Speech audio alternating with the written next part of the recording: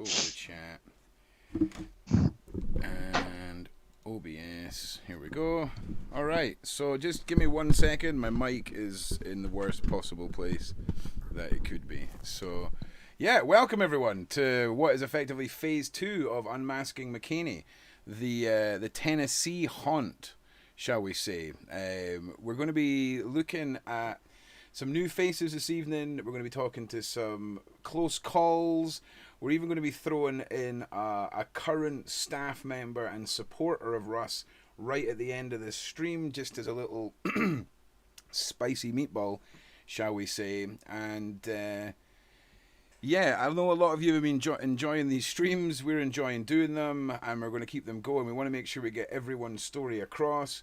And we've put a slow mode on the chat this evening just to help with the mods, and really so we can kind of interact with you a little bit better. Because yeah, I had to put the sweater on again as well. Like, it is absolutely freezing. And what I'm going to do is, rather than sort of me sit and rattle off, anyone that wants to show support to the channel, there's a link in the description. Anyone who wants to order Christmas gifts, Razor Wire is a good option. And of course there is the Patreon. If anyone wants to interact on the chat, we've got a little text-based interaction for all of our patrons on Discord for questions up in the corner here. But yeah, absolutely fantastic turnout at the start. So thank you very much for showing the support. Please leave a like. And what we're going to do is we're going to start off our first episode with the Tennessee haunt with a close call, shall we say, in an almost contestant. With a lady named Jennifer. So I'm just going to introduce you, and we'll see how that goes. Let's have a look. Hi, Jennifer. Thank you for joining us. Hey, thank you for having me. You're very welcome. Now, as with absolutely everybody that we've had on, if you just want to assume none of us know who you are and none of us have heard your story, and just introduce yourself and tell us your story from start to finish, sort of in your own words. All right. Well, as you have said, my story isn't exactly as hands-on as other people's have been, because I was what we could say a close call. In fact, I am so much a so-called such a hold on a minute. That's I right. am such a close call that I was 2 days away from actually going to the haunt. And I first found out about the manor a long time ago, pretty much when I was really young, and when he had his original manor going. Oh, we're losing you a little bit. I ran across. Don't tell me that. My Hang on. internet better not be acting up. Yeah. Let me just see. Am I coming through okay? Miranda Boer, thank you very much for that super chat. You're Thank you. coming through, Ron. You're coming through good, Am Ron. I coming okay? Okay. We're still learning how to use this new sort of setup, so you just need to bear with us. I'm just going to do one thing just before we go back. I'm just going to add Anthony and family into this. Excuse the ramblings that appear on your screen there. But we'll cut back to Jennifer. And Andy Fry tipped. Hello, Jennifer. Welcome to the family. Thank you very much for using the tip, Andy. It really helps us out. Now, how do we do this again? Go back to here. And no, go back to me.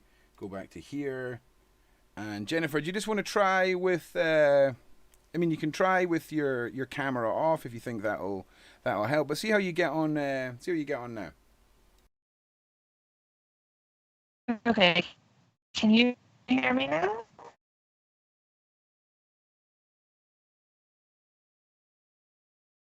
All right, let's see. All right. Let me know if that's any better at all. My internet was acting up earlier, so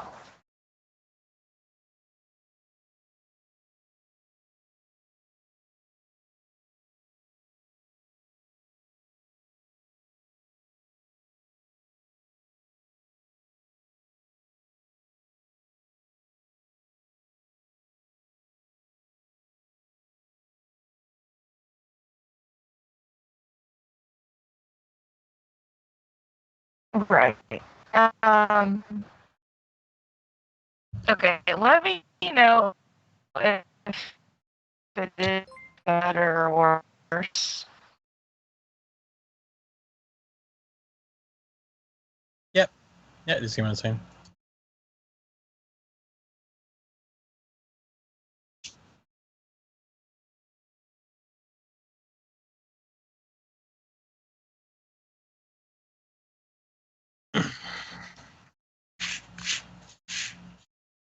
Yeah, no. I think it's coming through pretty clear. Yeah, my mic's off. That's how good that's how good I am. So my mic was off there. I do apologize. Okay, so you're coming through. Okay, so yeah, I think it is Jennifer. I think it is sadly your internet connection. So just give me 1 second, everybody out there. I'm just going to add some more guests into this. Just bear with me, and I'll add. I know we've got Anthony and his entire family have come on to put in a little bit more of their say. And here we are. How are you doing, sir? I'm all right. I think I'm doing this right. Am Yeah, I? yeah, we get that. You're good. We got there in the end. Sadly, I think Jennifer's internet connection had other ideas for her this evening, and none of them involved being able to communicate with us. So, I know you were keen to come back on for the Tennessee section, and I know that you've come back with some family members to sort of tell us some more on the Russ McKamey saga. Well, yeah. None of the family is here with me. Okay, that's okay too. Don't Some worry. had to work, but I am here. And yeah, just forgive my ignorance with the Skype because today this is worry. the first time I've ever. Yeah, don't worry at all. It's it happens to everybody. It's just trying to get a platform that works for everyone. So we'll know a little bit ahead of time next time that everyone needs a little bit of time if we need to download stuff. But I'd just like to just let you go straight in, Anthony, and just sort of either continue where you left off or continue in whatever way you fancy. I'll just let you take the stage, sir. Okay, well, I mean, do you want me to start from the beginning? The whole relationship between us and Mckamey? I think we heard. I think we heard the how the relationship first started off in the first interview with you. It would be great if you could sort of elaborate more on that, and if there was anything specifically with Tennessee you wanted to go into, that would be awesome. Okay, well, if memory serves me correctly, the big falling out, at least on my hand, that ended with in utter disgust was he had someone that I know go through the manor, and on a day that had to have been 100 degrees outside, in a onesie, wore out, and I know how his tricks work. And then started airing all of their personal issues on Facebook Live in front of his whole audience. And their personal issues are nobody's business. And calling them out on stuff. And to me, that was the end of it for me.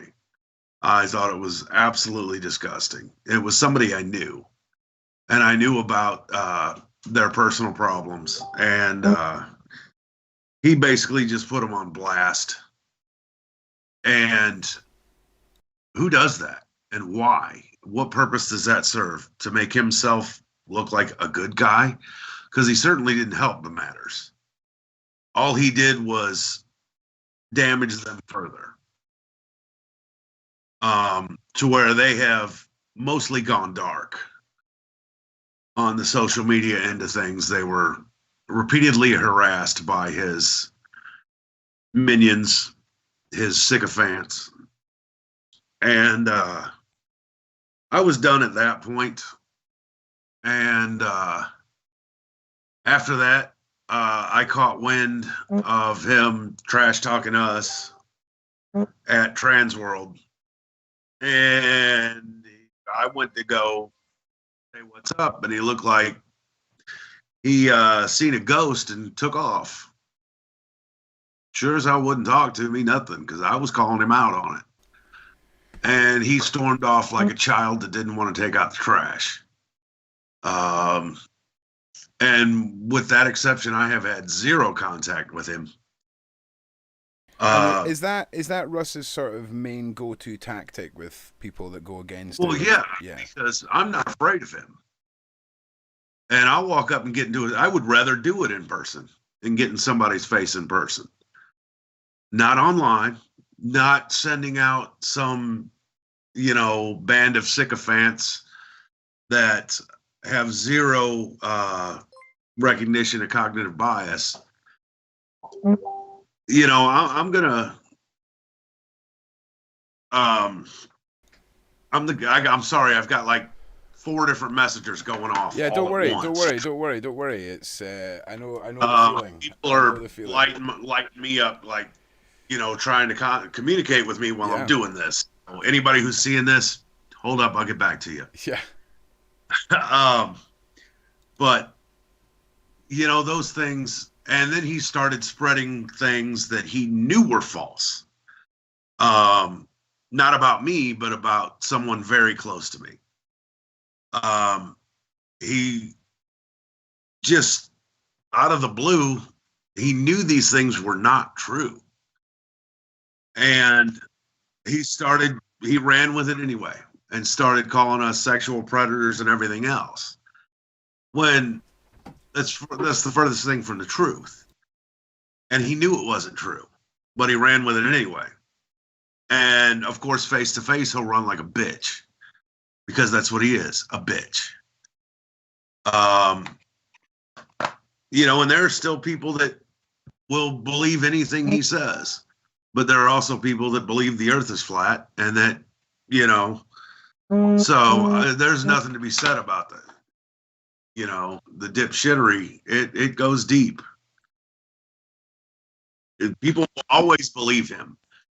And there will always be people who have, no critical thinking skills whatsoever. And that's what I see. And for the most part, I have had no contact with him. I have, for me, it's going to be a face-to-face thing. I'm not going to worry about it over the phone. You can be a tough guy on the phone. But, when I'm in your face, that's another story. And that's the way I see it. Yeah, absolutely. And I think that's why Russ likes to keep everything tight-knit on the internet, where he's safe and secure. And like you say, his online goons can do his bidding.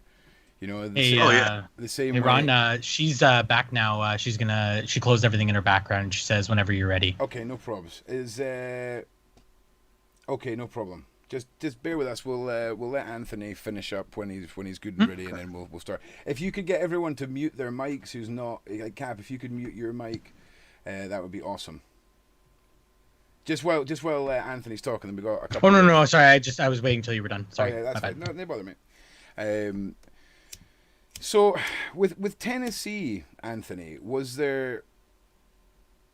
did you or any of your family ever witness any of the more severe haunts that went on at Tennessee? I know the main meat of it went on in San Diego with a lot of the OG haunt experiences, but the Tennessee one seemed to be more of an endurance test compared to San Diego. If I'm taking a sort of half-educated guess at it, would you have anything to sort of add on what you've seen in Tennessee, if you've seen anything in haunts or anything like that?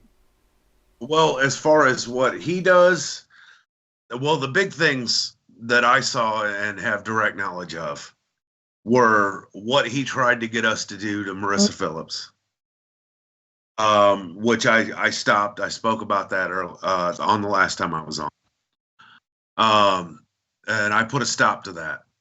And because we didn't know exactly what was going on until I came around the corner and saw it. And I put an end to it immediately. He had her and sorry. Well, him and another guy had her in a 55-gallon barrel of ice water and cooking oil And there was some other stuff in it that was harmless, but smells like 1,000 skunks died in your septic tank. It's pretty awful. But they were holding her physically. I mean, this was a 300-pound man holding tiny Marissa Phillips down in this water. She couldn't get out. After she had been exhausted, there was no getting out for her. And he was literally holding her down in there and giving her some kind of interrogation about when he made all the claims of all of his stuff. Oh, Anthony, you cut out there just for a minute, brother. Just let your connection resettle there for a second, and just pick up where you were there. Okay. Yep, all good. Am I good? Okay. Well, they were holding her down, physically holding her down into this barrel of ice water. Her lips were turning blue, and they were interrogating her about all the claims Russ had made about his ex-actors and Carol stealing from him, when in fact that wasn't even true to begin with, that nobody stole anything from him. But that was what it was about. He had a camera in her face the whole time. The girl's lips were turning blue. And she couldn't get out. She had a 300-pound man holding her down. And that's what I put a stop to and got her out of there. How long, in your opinion, how long do you think Russ would have continued that if you hadn't? As long as it took to get her to say whatever he wanted her to say. I could tell you that when I got wind of what was going on and went back there into that room and saw it, she was turning blue. I mean, that doesn't happen immediately. And take into factor someone small framed as her, she's, $110 soaking wet, at the most, she tiny little thing. And that ice water, that ain't no joke. You get put in it. So.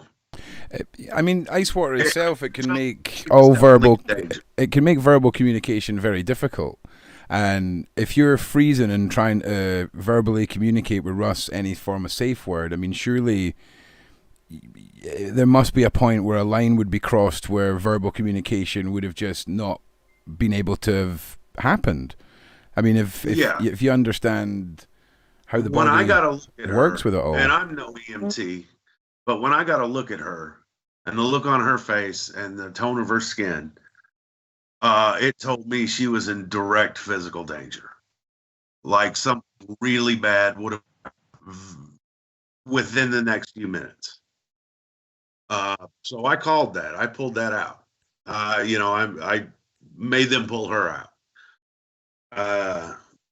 And that was that. And the other issue was he drugged my cousin behind his truck until my cousin was laid up bedridden for 2 weeks after being drugged by a truck from Russ.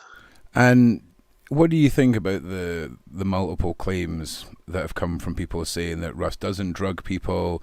There's no proof of that. I mean, what were the effects on your cousin? Oh, well, shall I say? I misspoke. Not drug, but dragged. He wasn't given any kind of drugs. He was dragged behind a truck. Dragged. Okay, and what was he dragged by? Was he just pulled by people, or what was he? It was a chain. Well, it was a chain attached to a truck. Oh, damn.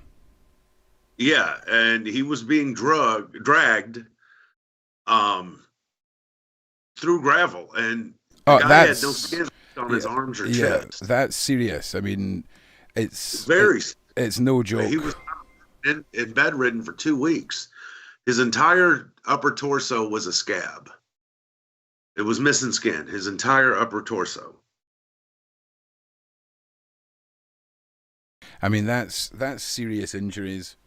And I don't think anyone who signs up for anything that classes itself as a haunt, I know you don't class yourselves as a haunt, but I mean, this is the narrative that Russ likes to push.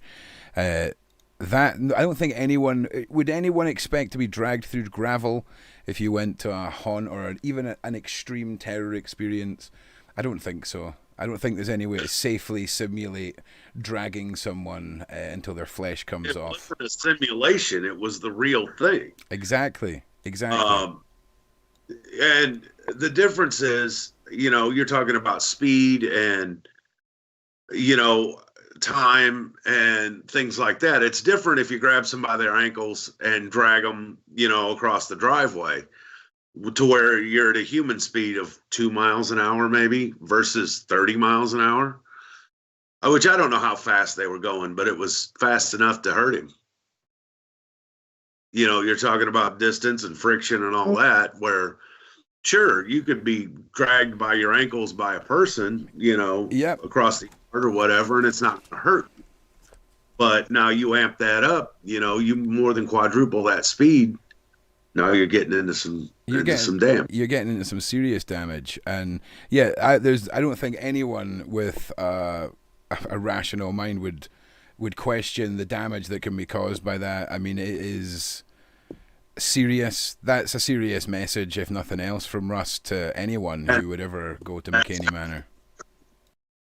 That's true, but the people who follow Russ are not reasonable people. They are completely captivated and have zero critical thinking skills and are completely consumed by the confirmation bias. And for whatever reason, it's like they're plugged into the Matrix, man. I've really never seen anything quite like it. Yeah, I mean, I've heard interesting stories about Russ's followers, and I'm not making any comment on anybody, just in case Russ's lawyers are listening. And it seems like I'm still trying to get my head around a lot of it, Anthony, and breaking it down into time chunks, I think, is the best way of going forward with this, as we're doing this evening. And hearing what did you say, it was your cousin that was dragged? Is that what you said? Yeah. Yeah. I mean, that's one of the most severe things I think that we've heard so far. I mean, dunking in water, I mean, that's a serious form of torture as well, the waterboard and all that stuff. But to physically chain someone to the back of a truck and go driving through gravel, is the outcome of that could have been pretty severe. I mean, it was. Really, but God knows what he could have been dragged over, what could have been cut off, stuck in him. I mean, it just and horrible. This was at night, so I know their visibility wasn't very good. No, I can't imagine there's a safe zone in the gravel that Russ has sent out some of the actors to pick through the glass and twigs and shards of metal. Do you know what I mean? I imagine it'll just be any other kind of driveway, gravel path. And this was the first person to take the Mckamey Manor tour in Tennessee. This is was the first one. Yes.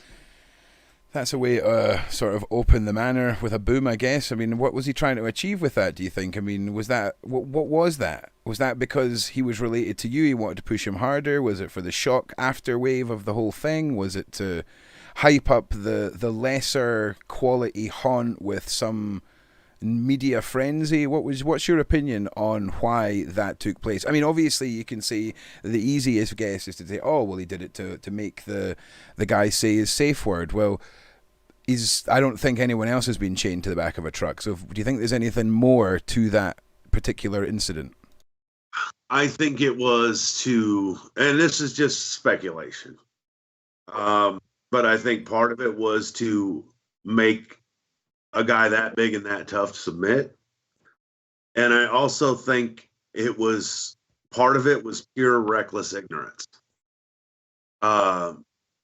Because I don't think Mckamey has any forethought going on at all of what could happen. I really don't think he does. I don't even think he cares, because even if you don't have forethought and you're a bit of a cowboy, surely you should have staff members that are trained in assessing all of these situations prior, of course, but obviously just in case something does go wrong, you would have someone in place, and to not have that is just mind-blowing from not only a liability point of view, but That's just from the public only safety. form of staff he had was Holly and this kid named Austin, who was, I don't think Austin could tell the truth about much if you tried to shake it out. That guy, from the day I met him, it was like one lie after another trying to look cool. And it was like complete bullshit stories out of this kid who wasn't, but I think he was 18, they said, but he didn't even look that old. And I mean, he tried to tell us he was a bartender and all kinds of other stuff. And I'm like, kid, you ain't even old enough to look at the beer at the corner store. And it was just dumb shit like that he was constantly coming out of this Austin kid's mouth. And I believe he was just trying to impress us, but it didn't work because we're not recorded. Yeah. And, that was the only people he had. As far as I know what I've seen on the video of like the drag and such. And my cousin is the type of person that we've talked extensively about this, and to paraphrase him, he's like, I signed up and I signed that waiver and it happened and I hate him for it, but I did sign the waiver. And he's not the type of person to go running and telling on somebody. That's just not how he operates. And I mean, the dude he's as tough as shoe leather. Now, whether I agree with him not coming forward or not about it, and because he has the video and pictures to prove all of this. That's his decision, and I can't make that decision for him. He's an adult, and it's his decision to make, ultimately. You could extend the offer of releasing the audio from the video so that he doesn't have to experience the internet having video footage of that happening. If you wanted it to be out there, I would make sure that we just if you wanted it out there, we could strip out the audio so the video would never surface on the internet, but you could have something out there that wasn't so fucking Russ getting a win. Do you know what I mean? Right. And I agree. I'll let him know, and I'm sure if he's not listening live, he will be listening later. Yeah. He's at work right now. Yeah. Absolutely. I mean, even if he wanted to write an experience, we can have a voice actor voice it in the videos that we're going to make. The option is there for him in any way that he can imagine or can't imagine to get his side across, but making it as unmarketable for Russ as possible. Well, he did a live video in the Kay DeSilva's tour group talking about it the other night. Oh, why don't you just tell us a little bit about Kay DeSilva's and this extreme terror experience you and your family run, just for a good 90 seconds at least? Okay. And I don't come on here to plug Kay DeSilva's. I feel like I make you plug Kay DeSilva's. Like I just so everyone knows, like this, this is never pre-planned. It's just I feel like this is a tiny win. Because, this is Russ's effectively, definitely not a competitor, but if they were legitimate businesses, you would be a competitor. So it's just like a little win for anyone who isn't Russ, because he's screw that guy. Well, our Kay DeSilva's is an extreme terror experience. It's out in the middle of nowhere, and it's the 3 hours of your worst fears being spoon-fed to you by force. Now, you always have the option to tap out, to quit at any moment. You say, I quit, show's over, that's it, everything stops, you're safe. We're not going to do anything that actually injures anyone, but that don't mean you won't think we're trying to hurt you when we do it. That's our job. What you're signing up for is to be absolutely terrified. Yeah. And we're going to pull out every trick of the trade that we know to do it. Do you know, there's two things that are super comforting about your business, right? One was when you explained that afterwards you explain what happened and you take people through the magic so that they can kind of disconnect from what just happened. And I'll tell you something else. See, in your videos for your business, you can clearly see you're working and in work mode. And in the video, like when I'm interviewing you, you can see you're normal and in business mode. Russ doesn't have that disassociation at all in his videos between being in the manor and being just normal. And for me, a normal person, it's comforting to see that you aren't lost in a fantasy. Do you see what I mean? Does that make sense? Yeah, you do. You do. Yeah, we have extensive discussions, and there is no one person in charge at Cada Silva's. Okay. You know, we all work together, and it wouldn't be possible without all of us together. And one of our things is somebody always has to make an argument as to what we talk about what we're going to do for each show. Somebody has to make an argument on why it's a bad idea and what can go wrong. And then we try it on ourselves. So we know how bad it sucks. You know, there is no part of Cada Silva's that's going to be enjoyable for anybody that takes the tour. It is utter misery. We're not going to tell you it's fun. But I think what you're referring to is exactly what everyone would imagine in their head an extreme terror experience to be. I don't think anyone expects to be chained to the back of a car. I don't think anyone expects to get fish hooked or let me finish. Fish hooked to the point where they end up in, you know, hospital or anything like that. I think there's a level of professionalism that you can see that is relevant with yourselves that is completely missing with Russ's whole entire past, present, and future with regards to his haunt, and even his, you know, all these things bleed over in his personal life with, obviously when we've talked to Holly and we've talked to Carol and Lindsay, it's difficult to grasp the length of time this gentleman has been alive, right? But there is just everything he touches seems to just be destroyed in one way or another. And the closer you are to him, the more rooted the destruction is in the person, if that makes sense. You know, at least nobody sticks around long. Nobody sticks around him long. Yeah. And the reasons are, for me, are self-evident. Yeah. But I did want to.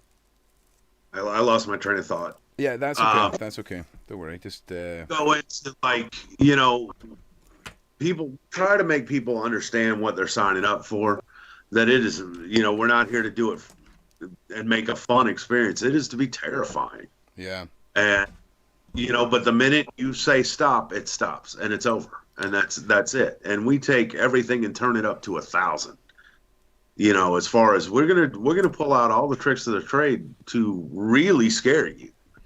But then at the end, we try and cool you down and show you what we did and what the illusion was. And we hope they don't go and turn around and squeal and tell everybody this is what really happened, when, you know, because that just ruins the surprise for other people. Yeah, it's like a magician and his tricks. Yeah. Yeah, exactly. You can go on and find out. And I take a lot personally. I'm a huge fan of stage magic. I was going to say it's more of like an illusion, really. It's more like an illusionist is probably a better way of putting it. Yeah, I think it is. Yeah. It's not to say you won't come out with bumps and bruises, because you probably will. Yeah.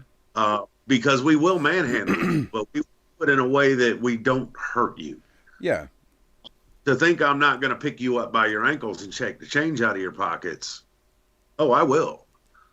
You know, that's just part of it. But we're not going to do anything to deliberately injure anybody. And we're always got people watching for safety, looking for something that could go wrong. Yeah, and that's definitely crucial, and what clearly sets any actual business aside, you know, apart from the manor, because it has been, from far as I can see, Tennessee just looks like a catastrophe in a backyard. Shipping containers and ditches. And we've actually got some pictures that when... I saw some of them. He built a zip line, and I got to say I'm impressed. Yeah. That actually built a zip line. Now, however, at no point does having a zip line have anything to do with a haunted house. They're just two completely different things. And there's plenty of thrill parks and trampoline parks in this area you can go without him airing all of your personal dirty laundry. If you want to do that, well, there's trampoline parks all over the greater Nashville area, and they're a ton of fun.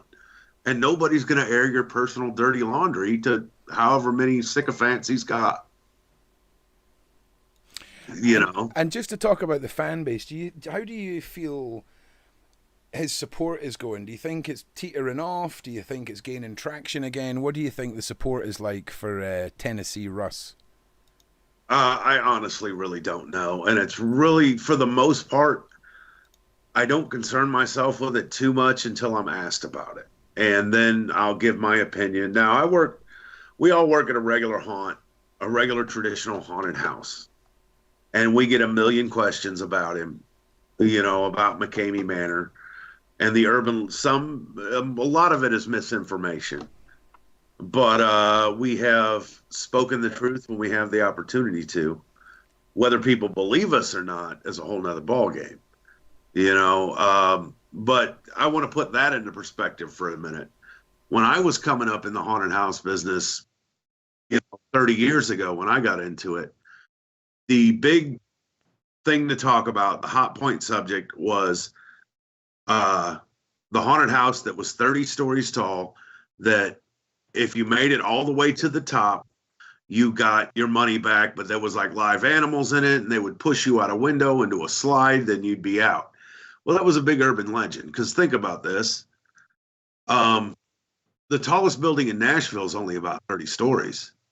Now, this thing, and it was an urban legend that went around every major city in America about this legendary haunted house. But anybody with a 30-story building that's going to put a haunted house in it, where would that be? Yeah. The whole world would know about it. Where are they advertising? Yeah, I think you'd notice if a 30-story building just popped up in your local area for sure.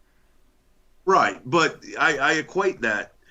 That was a big urban legend, and there was nothing but misinformation. And everybody I ever talked to, either their mother's, cousin's, sister's former roommate, went. And they knew it was real. These people know Russ is telling the truth. Yeah. They know he has a 200-yard swimming pool underneath his single-wide trailer. They know they had a 2-mile zip line, and the picture I saw looked more like about 100 feet. 2 miles. But, right. I saw him actually do a video. Somebody sent it to me of him talking about a 2-mile zip line. Now, there are zip lines out in the mountains that I've seen video on that are a mile or so long. As far as I know, those are the biggest ones in the world. You think if somebody built a 200-yard swimming pool somewhere, people would be talking about it. Anthony, come on. He'll put it at the top of his 30-story building. You'll have it tucked away somewhere. Come on. Right. We'll give him the benefit of the doubt. People will always believe that bullshit. Yeah. That will be always, people believe the earth is flat. Some people are just stupid and gullible. And I don't necessarily have all the answers how to change that. It is what it is. Yeah.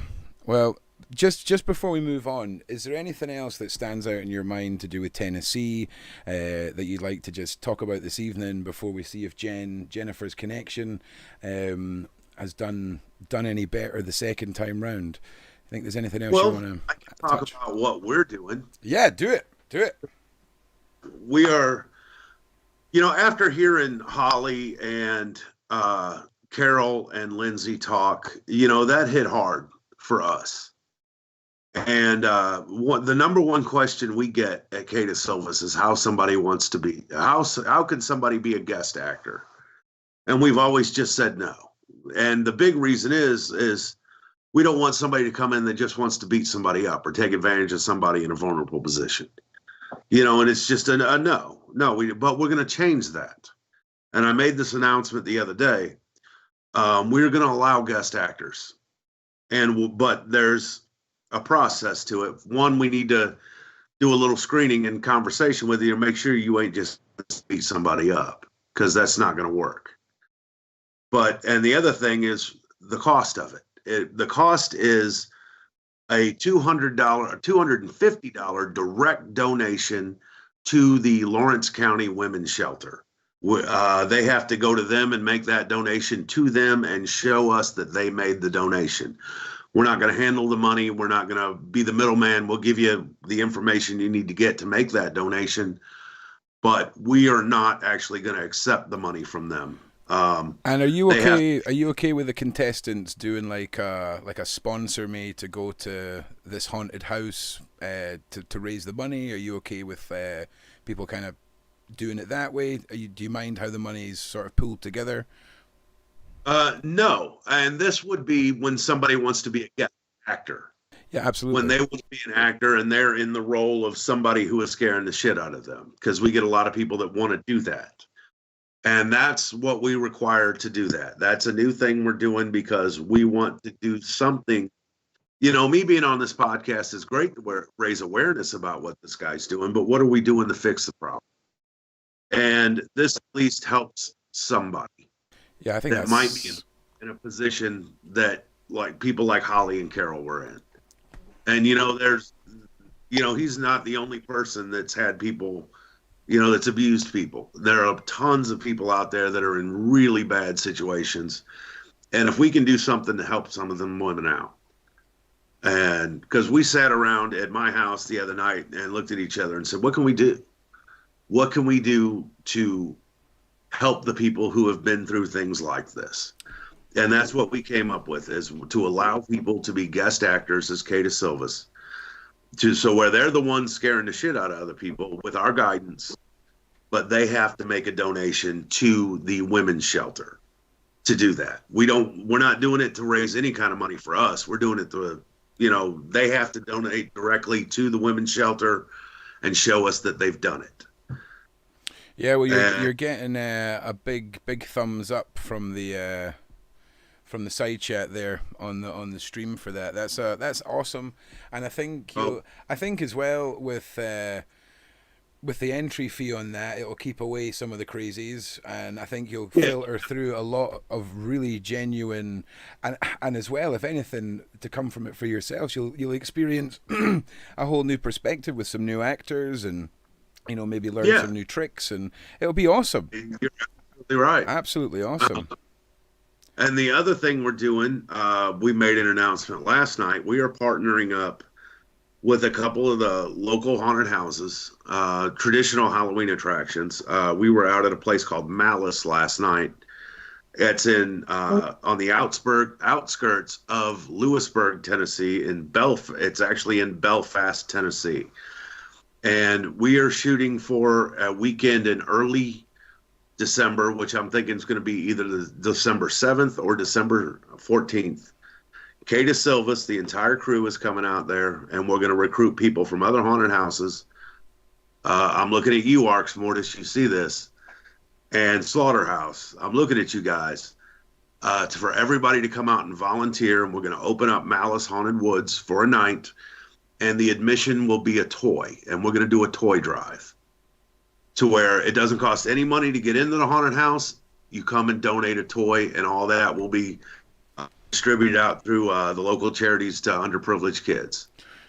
And our goal is to fill up an entire ambulance full of toys. We're even going to let you get in a coffin and put you in the back of my hearse and drive you around the block for a toy donation. We're accepting no cash that night whatsoever. And people want to come in from out of town and go through the haunted house. It costs a toy to donate. That's awesome. We're going to do that. We don't have an exact date yet, but we will by the end of the week, I'm sure. And everybody working this is going to be a volunteer. Absolutely everybody. Well, as soon as you've got dates and information, we'll make sure that we share and plug that as much as we can, because I'm sure a lot of people will be interested to hear more details as and when on that. Thank you. No problem. The other thing I got asked earlier about this is if somebody obviously can't make it out to Malice for this toy drive, well, how can they still donate? And what we say is somebody locally to you is having a toy drive somewhere. Find them, donate to them. Whether it's an angel tree or anything else like that, get a hold of, find out who's donating, who's having a toy drive there, and donate to them. because we know it's no sense in mailing something out to here when you can help your own local community. And so we recommend people who can't come out to the toy drive to just donate something to them locally. That's a great idea. I think everyone who's been watching this series can at least take part in the toy drive and feel like they're part of it, Anthony. I think that's amazing. And like I say, we'll do absolutely everything to share that information as and when you have it. And thank you so much for kind of doing all of this good from this mess, really. We're trying. I think there are people that have been through way worse shit than we have. I agree. And those of us who are in a position to do even the slightest thing to help, that's what we're out to do. And if we can use what little of a voice we have to do something good for other people, then why shouldn't? Absolutely, Anthony. And just before we move on, once again, thank you very much for coming on again, Anthony. And like I say, as soon as you have that information ready, we'll get it out. If you want to think about getting links together and stuff for the haunt and everything, just so we can direct people to you, because I know a lot of people are going to want follow-up information. So if there's a website or anything like that you want to plug that people can find you on, or YouTube or anything like that, just let people know. If there's searches they can do, let them know that too. Yeah. Well, the big way, where we're most active is the Cadis Silvis Tour Group on Facebook. It's spelled Caedis as a Cadis, and Silvis Silvis. Awesome. If you look up the Cadis Silvis Tour Group, we are the most active in that group. And you can reach out to anybody with the last name of Silvis in that group. And, and if you want information, we can get that to you. Whether it's me or Gary or Rhett or Millie or Sam or any of us, we can get that information to you. Yeah. With whatever. That's awesome, Anthony. And like I say, what we'll do is we're going to move on to our next guest. But thank you very much once again, Anthony, for joining us. And just we'll keep in touch throughout the process, and just let me know if there's anything else you want to share. All right. Well, I appreciate you. I'm going to go ahead and hang up this thing and watch on you. All right, brother. Thank you. All right. Thank you. Okay. Bye. Thank you. All right, Anthony. So once again, Anthony just sharing his experiences with us, and just before we bring on our next guest, Jennifer, just to sort of talk to us about her experiences. I just want to thank everyone that's been putting in super chats and everything like that. That is great, and everyone and the tipping and the support. I can't tell you the difference it makes to this being my job. So I really do appreciate it. And I think what we'll do is we'll just sort of dive straight in. We'll see if Jen's camera is okay, and if her mic's okay, if she wants to just ping them on, and we'll see how she's doing. Jennifer, are you still there? I am here, and hopefully it's working better. I was able to see the entire list segment. Is it any better for you guys? It's a little bit fuzzy, right? But if you've got anything open, any tabs or anything like that, just close down the interweb, and we'll see how you get on. But rather than wait for it to fall apart, we'll just jump straight in, and you can tell us who you are and tell us your experience. And like I say, feel free to keep your camera on or off depending on how you feel it's going to perform. So welcome to the show, first of all, for the second time, and hopefully this one will work out a little better for you. Just a big thank you once again to everybody who's out there watching and sharing, and who's in support of this, and who is really snapshot there. I'll close that for you. I didn't mean to do that. Don't worry. Who's in full support of all this, and yeah. So once again, thank you, Jennifer, and tell us about yourself and your experience. All right. Well, I'm hoping that this stays on this time.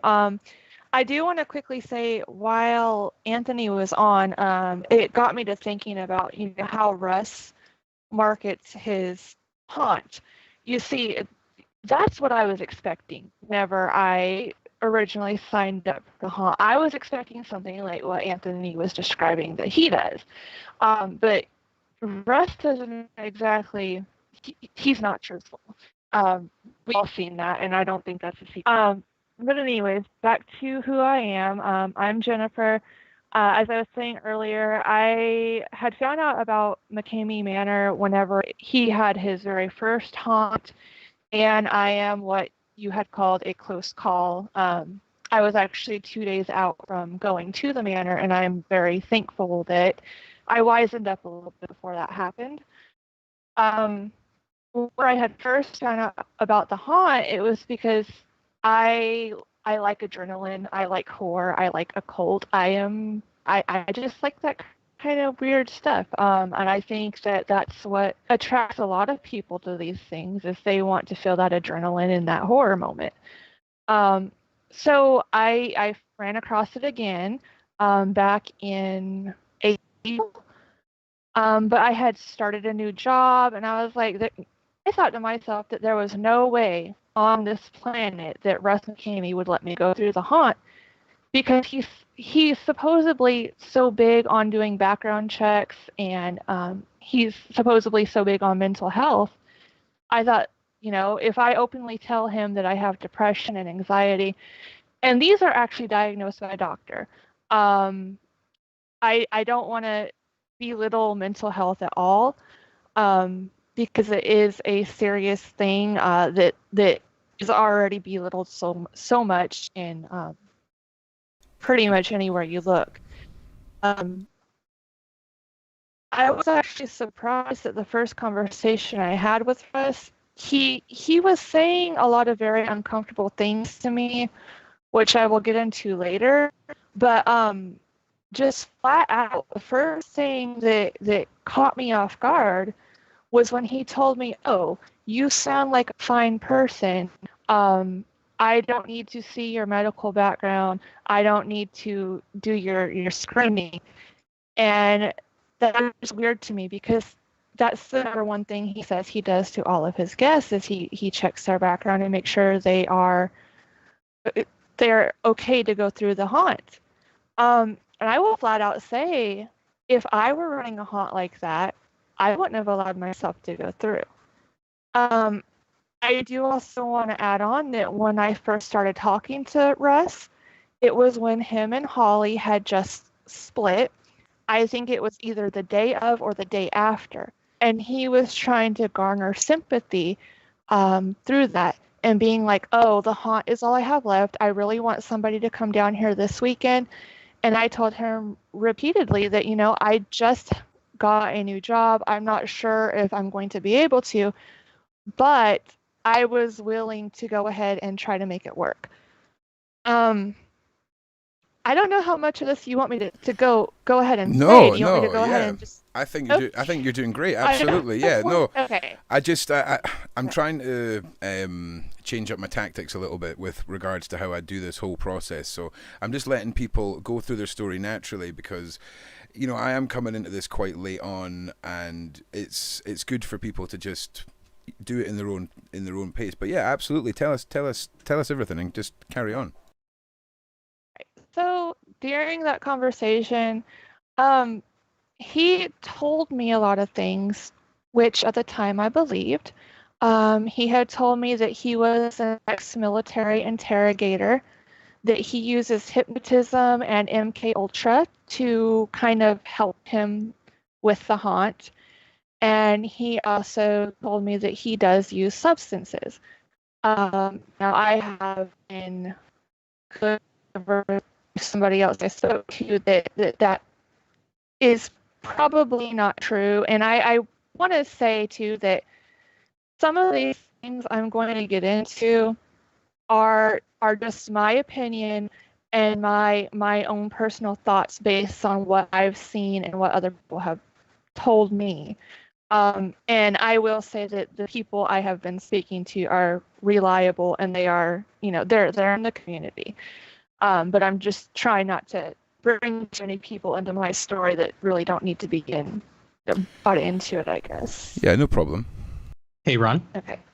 Yes, Cap, sorry. Marissa Phillips is available as well.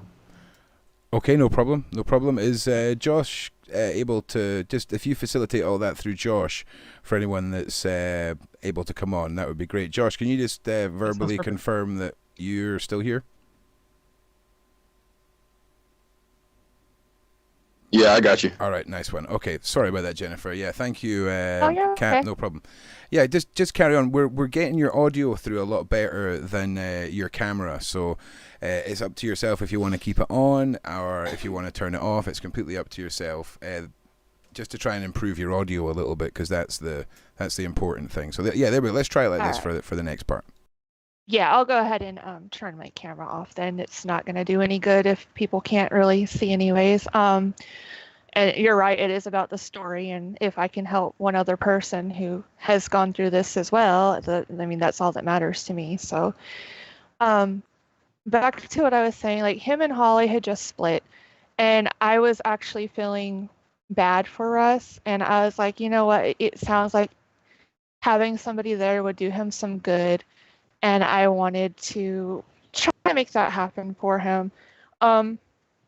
And I guess at the time I was excited about, what he was saying, as far as like, this is a great haunt or whatever.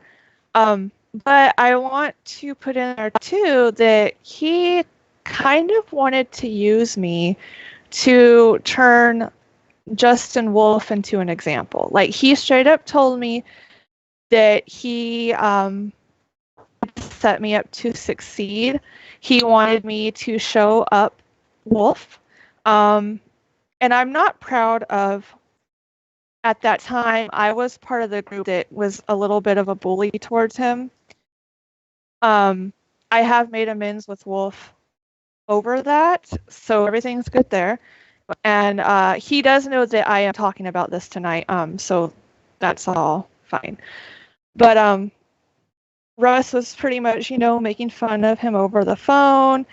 And it was just kind of weird and interesting how he went from, oh, woe is me, Holly left me, to you're going to do this and that, and it's going to be great, to, oh, well, the haunt is all I have because Holly left me, and just going back and forth like that. But the other thing that was really uncomfortable to me was, at first, he seemed like he was okay with my husband tagging along. Later on in that conversation, though, he was like, actually, I don't think you should bring your husband because sometimes partners freak out over what they see their other half go through. And I don't know why I didn't think at the time that, there was something creepy about that until I got off that phone call and was really able to digest what he was saying. But my husband had even made the comment about how long that phone call had gone. And it went on for at least 2 hours or more. And for an interview phone call, that does seem like a bit much whenever you're not going to go and do a background check on somebody and just base it off what you hear over the phone. Like I said, I'm just really glad that I was able to catch on to what was going on, because I could have potentially put myself in a very bad situation.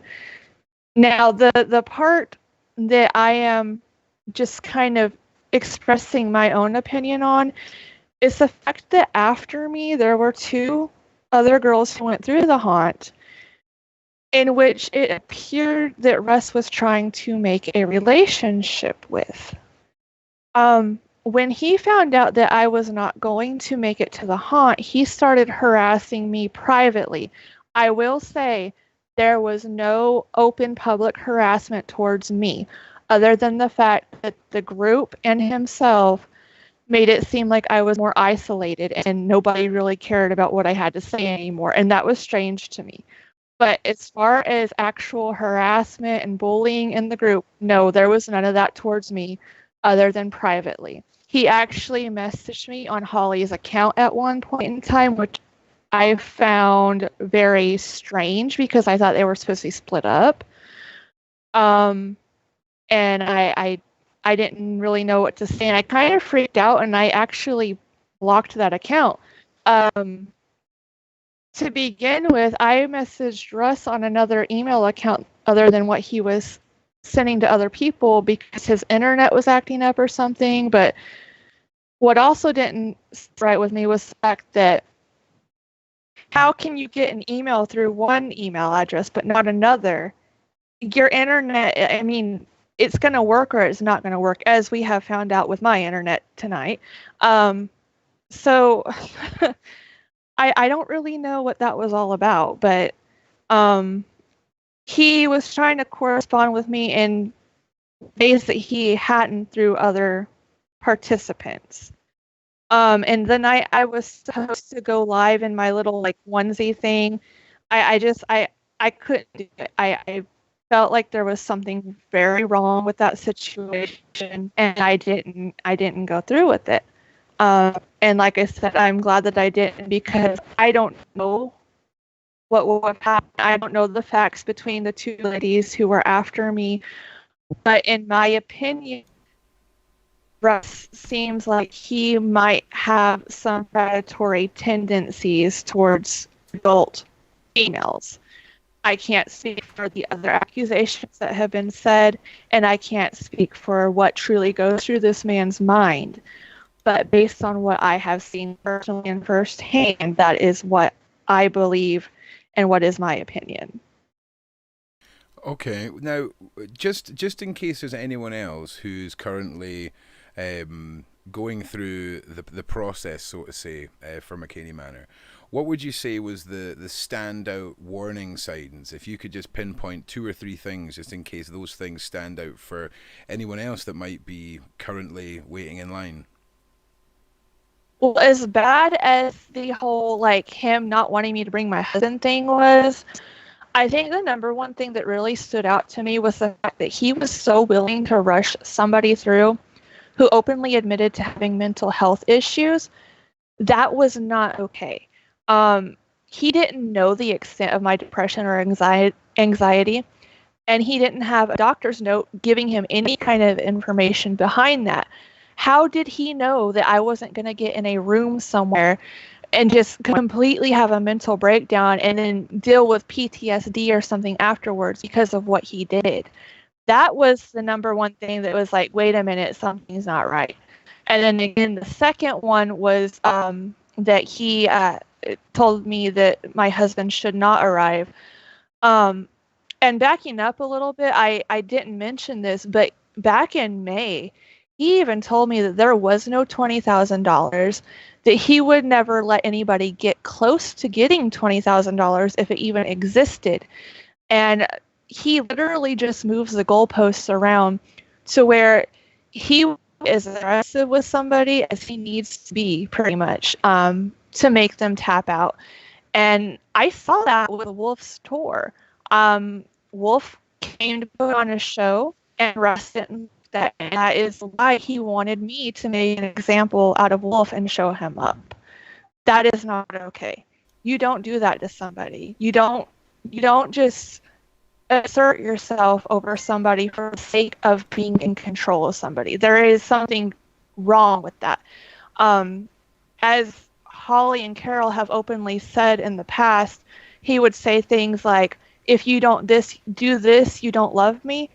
Well, I made the connection that he says things like that in his open group. He says things along the lines of, if you don't do this, you aren't serious about the tour. And that is a sign of narcissism and a sign of control to a dangerous degree. Yeah, I agree, 100%. And I mean, these are patterns that are emulated across other contestants that we've talked to, and obviously Russ's past relationships as well. So, you know, you're getting a lot of support in the side chat for sharing your story. And, you know, just, is there anything else that you want to sort of put out there to Mckamey Manor contestants, or anything else that you feel is relevant from your story that ties in with Tennessee as a whole? Other than like what we've seen with the pictures of what he says is this haunt, there's been rumors about like him driving people around in circles just to make them think they're going somewhere. There was a situation in which he was talking to me about on our phone call, as to why he doesn't use live actors anymore. And I don't know if a lot of people know that yet or not, that it's just him now. He doesn't use actors anymore.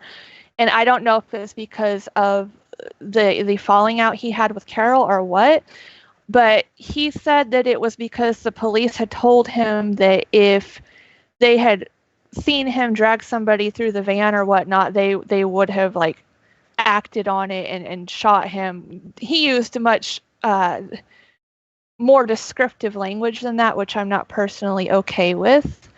And during my phone call with him, he was saying things that was very uncomfortable to me as well. And I think that some of those things could be a little bit triggering, and I don't want to go too into detail, but it kind of goes along with what I feel could have happened had I gone to that haunt. I want to also say, though, to anybody who has gone to haunt, don't let Russ take away your voice. Don't let him make you feel like you have to be silenced, because the only way that this will change is if everybody comes together and puts in their own story, no matter how big or how small. That's why I'm here. Even though I don't have the face-to-face experience, if we as a community can help somebody else from being hurt mentally or physically, I feel like it's very important to know that you are going to be okay to speak up. Of course, I understand trauma, and I would never push somebody to do something if they're not comfortable with that. But I don't want people to feel like they can't because Russ will do something to harm them. Russ is a bully. We have seen this, and if you're comfortable speaking out, I feel like this is a great platform to do so. I feel like he has taken too much control from too many people, and we can't let it keep happening. Absolutely, I 100% agree with you, and you know, I appreciate what you say about the platform. We're trying to do our best to just shed light on the whole story. It's massive, and you know, thank you so much, Jennifer, for sharing all that and for coming on. And you know, if anything comes back into your head, just make sure you stay in touch with us, and we'll certainly make sure if you've anything else to say, you get given a chance to do so. I definitely will. And there something I just thought about, because I remember Anthony was talking about seeing somebody like go through the tour and her lips turn blue. I actually saw that as well on one of his lives. This was around the time that I had started backing up a little bit and being like, oh, wait, something's wrong here. Contestant after me, I saw him like full on waterboarding her, and her lips were turning purple, and that was scary to me too. And he says he doesn't waterboard, but I've seen it. Like, this is not a rumor. I have seen it on his lives in his private group. He does. I was going to say something else, but it seems like the losing train of thought thing here is kind of contagious. Don't worry. I think a common theme that's showing up is Russ's use of water as a device that leaves no marks, shall we say. It's a very interesting theory to go down for sure, because temperature, being dunked in it, waterboard, and all these things are common forms of torture. So, but listen, Jennifer, thank you so much for joining us, and we will hopefully hear from you again. All right, and thank you so much for having me. And I don't have like anything pulled up, but you said that I'm getting a lot of support, and I appreciate everybody's support who has been showing that. And just for everybody who's supporting this platform in general, it's a great cause. To Anthony, who is doing the other haunt, thank you for using your power for good instead of evil. And I think that's a good spot for me to go ahead and let you get on to your next guest. No problem. Well, thank you very much. And what we're going to do is we've just hit the hour mark. I'm going to just quickly give you guys this screen here, and I'm going to go and grab our other guests. So give me a second while I do this. and I do this. And if Josh, if you're there, if you could hop on for us.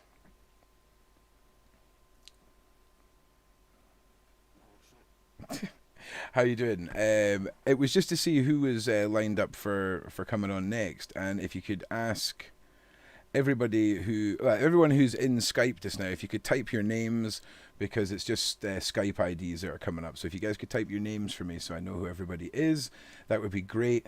And yeah, just there's a few other people already, so I just wanted to make sure everybody got an opportunity to come to the platform. But as we're doing that, I will just do the YouTuber thing, and just remind everyone, if possible, to please subscribe to the channel. There's a link in the description as well to my second channel.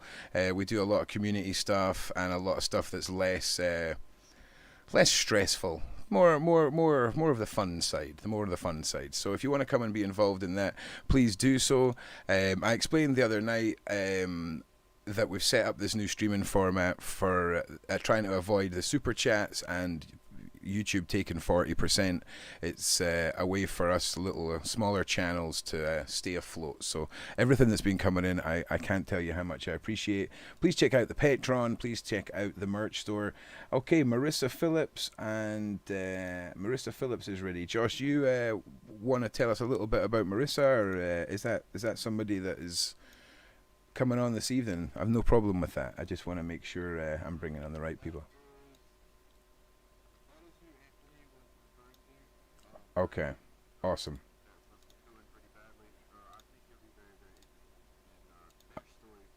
Awesome.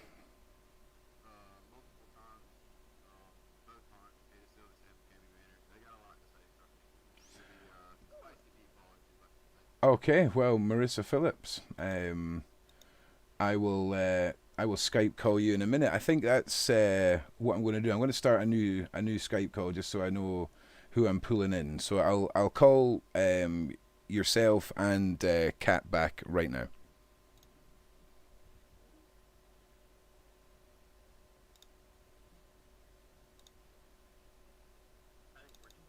Yeah, no, it's okay. It's okay. Oh.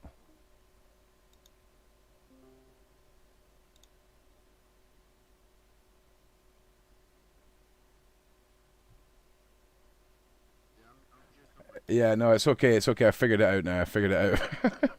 Sorry about that. It's okay. I'm just adding. It just took a minute for Skype to update with everybody's information, so I can see who Marissa is now, and we should be contacting her right now. So I just want to say once again, 473 people out there watching. Thank you, everybody, once again for supporting this entire journey. So it means a lot to us all that you guys are enjoying this. So Marissa, I think you have successfully made it. How are you?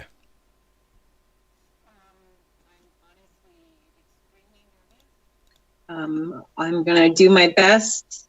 I think it would be a little easier if you just asked me questions. Okay, sure. If you feel more comfortable, you can turn your camera off. I don't want you to feel like there's any pressure to be on camera, or if you feel like you're getting emotional, we can stop for a minute. This is all at your own pace. There's no rushing, and if I in my uneducated way on the subject matter, touch on any topics or ask any questions in a generalized fashion that touch on things you don't want to talk about, just make sure you let me know. Don't want you to feel uncomfortable or anything. So do you want me to put you back on camera, or would you rather just remain off? I think I think I'd like to be on camera so people can read my body language and No problem. know that I'm trying to be honest. No problem at all. Well, what we'll do is we'll just jump straight in as we always do. I'm just going to adjust the presentation window on the stream. So just give me 1 second, because I'm new to this software. There we go. And there we are. Okay, so Marissa, thank you very much. And again, you look nervous, and I know it's not easy for a lot of people to talk about these things. So, what we've been doing with everyone is just treating the situation as if I don't know who you are and how you tie into the whole Mckamey Manor story. So, if you could introduce yourself and maybe start off with what drew you to the manor and your first experience and how it all played out for you. Well, my name is Marissa Phillips. I'm kind of just a boring, dorky girl from Woodland Park, Colorado. I work as a drafter, or I did. I found Mckamey Manor on YouTube, and actually, I had pretty much made up my mind to do the tour before I even knew about the group and the whole community or mob associated with that. And a lot of it was I did see all the speculation and rumors and stuff. Like, I was looking at the movies, and on one hand, I thought they were amazing. I mean, look, they're horribly edited, and the camera work is sketchy, but Russ has made some pretty cool fucking movies. They're ridiculous. So I love the movies, but I also was calling bullshit. And at a certain point, I was all like, you know what? I'm just going to take this. I'm going to find out the truth. And then my plan was actually to expose everything I found out to one of my favorite YouTubers at the time who did like deep web content. His channel has since been deleted, but and that obviously didn't happen anyway. So I guess there's that. Just kind of an adrenaline junkie and curious.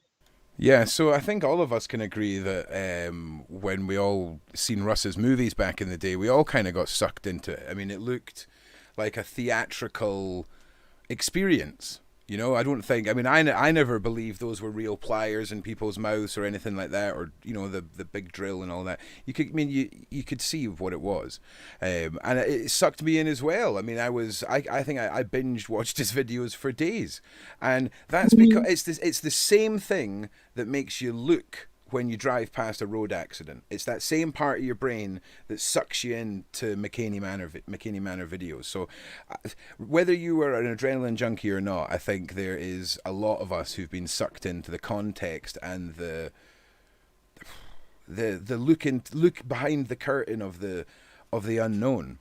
So I don't think anyone could criticize you for that. But so take us. And just to add to that, I also have a background in performance, in acting and magic. I was a professional magician's assistant. I had it was very successful, but it was a professional show.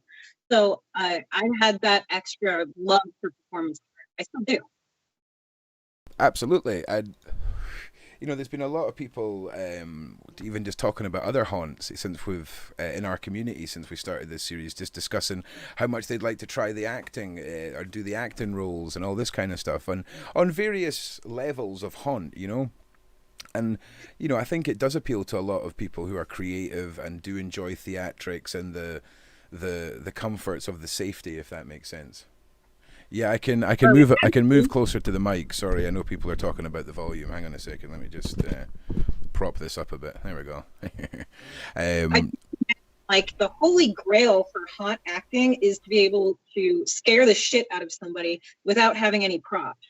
So I do get slightly annoyed when people talk about the lack of things that Russ currently has. Last time I saw it in the Tennessee or Huntsville hunt, and even in the San Diego shows, there wasn't a whole lot of props. The guy, you cannot deny that kind of talent. I wish I was that talented. It's unfortunate everything else that comes along with that talent. Okay, and do you want to, before we just jump into to all of that, let's touch on your first experience. Let's take it from when you got accepted. How did the acceptance happen, and what subsequently followed that first experience? If you don't want to talk about that, just let me know. I don't want you to feel like, again, I don't want you to feel like I'm touching on things you don't want to talk about. So I'm really excited about this. It seems like everybody is kind of coming forward and sharing their trauma, and the idea that maybe at the end of this we can all leave better and like just let go of some of that. I really hope that happens. And so I do want to mention, I'm not going to say anybody's names, but a lot of people, it's not just Russ who has hurt people. It's not just Russ who has caused all of this. We've all been a part of the mob and part of the lives. That being said, I told you I pretty much signed up for the tour and sent an email through the website before I even knew about the Facebook group. I was directed to join the Facebook group, and pretty much immediately you get mobbed, you get harassed online by a whole bunch of people. I just kind of accepted it as a part of the tour. The unfortunate thing is that doesn't seem to ever end after the tour. And the big one is just being called a mole. Like, dude, I was never even involved in this. I don't know any of you people. I don't know. Before you even talk to anybody. Who was making accusations about being a mole? Where does that come from? And again, I have no point of reference, so I only asked for better understanding. That's the only only reason I asked. So what was who was making accusations about being a mole? Kind of everybody, and I would call, we have kind of 3 or 4 levels here. People who are directly working with Russ in person to plan the haunt or the tours. The people who are like online admins and who kind of help him organize all the online stuff. And then just kind of the general rabid fans. I mean, I got it from all directions. And the actors would message me and, give me homework assignments or just general kind of harassment, trying to scare me a little bit. But, it's kind of impossible to know who's a real actor and who's not, who's just fucking with you online. I don't know. And I'm not particularly mad about all of that. That's just kind of part of the experience, I think. Again, the problem I kind of have with it in retrospect is never stop. Like, when's my fucking tour over? So, how many tours have you gone through? So I did 2 in San Diego, and I did. I've also done 2 in Tennessee. The first one I did in Tennessee was a one-of-a-kind show. That's the one where Anthony was talking about earlier, where I know I was being asked a lot of questions, that it was cold as hell. It was extremely cold. It was awful. And then my last tour, I performed extremely poorly at that tour. That was also a partner tour. I got to do that with my best friend. But I blame it partially on everything else I had been through. But I was in extremely poor mental and physical health. I fainted pretty early on. Yeah, it didn't go very well. But overall, sorry, short answer, 4 tours.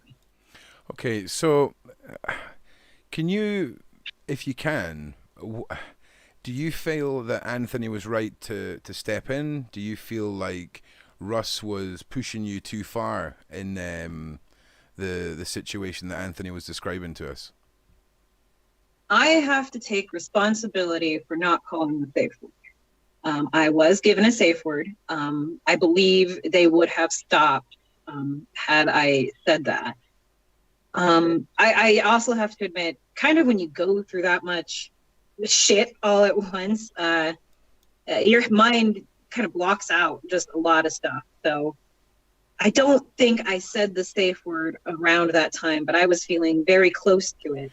I wanted to do my best. Did you feel that when you were in that water, whether you were saying the safe word or able to say the safe word, did you feel that if you had pushed yourself too far, the team would be able to identify that and pull you out if anything lasting was going to happen? Or do you think they would have allowed it to go too far for something medical to be undone? Do you think that the skill set was there for them to observe any real danger that you were in? Because it doesn't sound like the staff could have identified, even if you had been pushed too far, whether or not you were able to speak or were of sound mind after being in freezing water. I mean, for me, that's the question, is if Anthony hadn't stepped in, what would have been the line if you were unable to say those words? Anthony did step in. Russ had some kind of personal vendetta. I'm not even sure what it was in retrospect, because I know he was questioning me. I was being put in a position where I had to defend people I didn't even know, or I was accused of like colluding with people I didn't even know. I think Russ would have pushed that as far as he could to get the answers he wanted. And interrogation work, I did confess to things. I believe I did. I believe I confessed to things that weren't true, just to make it stop. I was being monitored by at least 3 different individuals, I believe. Maybe one of them stepped out occasionally, but I believe I was being monitored by 3 different individuals. I don't think I would have been caused long-term harm. I think one of them, Russ, I mean, I do have to say, like, name one person in the world who has seen this many people, like, at their limit, that terrified. I mean, nobody in the world has, except Russ and maybe, like, the top FBI interrogator. I don't think Russ would have let anything, I don't think he would have let it go that far. I'm thankful somebody stepped in. Okay. I'm still responsible, though. I believe I was able to still talk, and I should have called the safe word, or maybe, let go of my competitiveness. Maybe I should have called it. Maybe somebody was coming in and out of the room. Maybe you were in and out of consciousness. It sounds awful, and it sounds like something that if anyone went through, they would have issues piecing it together. But certainly from what you're saying, it sounds like it backs up what Anthony was saying. And who knows, everything that I'm asking you is simply just us having a conversation. So for me, it's questions I feel that need to be asked, Marissa, because I think a lot of people, especially when simple terms like a haunt are thrown around, it paints a very different picture of the reality that's being painted over the last week of Mckamey Manor. So how are you feeling? Do you feel okay? Are you feeling... I am really, really nervous, but I'm okay. Okay, no problem. I guess I got a little embarrassed. One of my favorite YouTubers just, I don't know. One of my favorite YouTubers said something nice to me, and so that was... well, that's always a good day. That's always a good day. But okay, so like I say, take us back to your first Tennessee experience. We're going to do a whole San Diego week as well, and we'll definitely have you sharing experiences there. But you talked about the water experience, and you talked about how you fainted in the next experience. What happened that caused that reaction in you the second time round?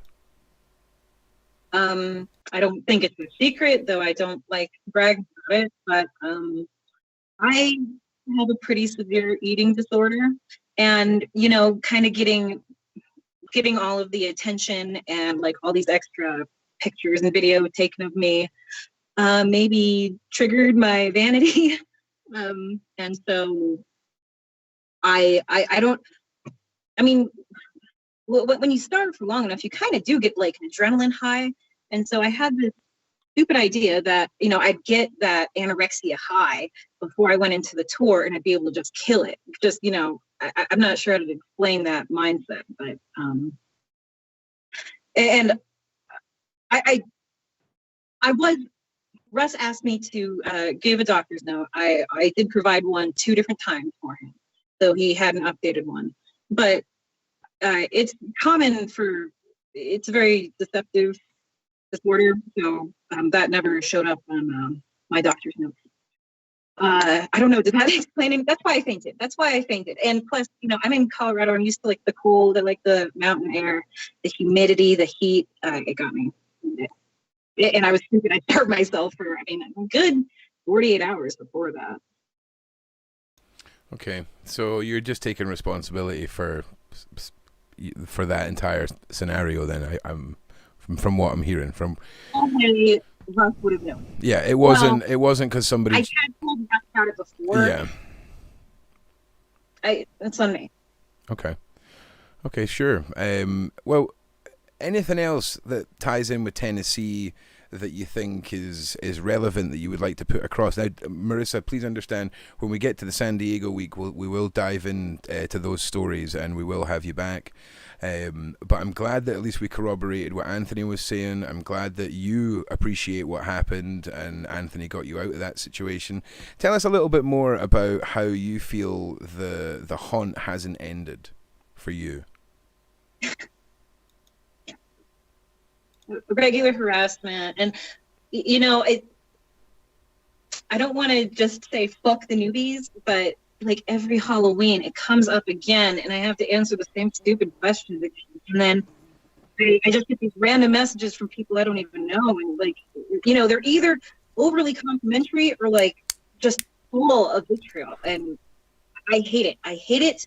And you know what, it's not gonna end, because all like the news, like these radio shows who just have like their stupid morning thing, Mckamey Manor is going to constantly come up on like their little, I don't know, like quick little news, fun little news facts for Halloween. So this is going to keep going forever. I left social media for a long time, and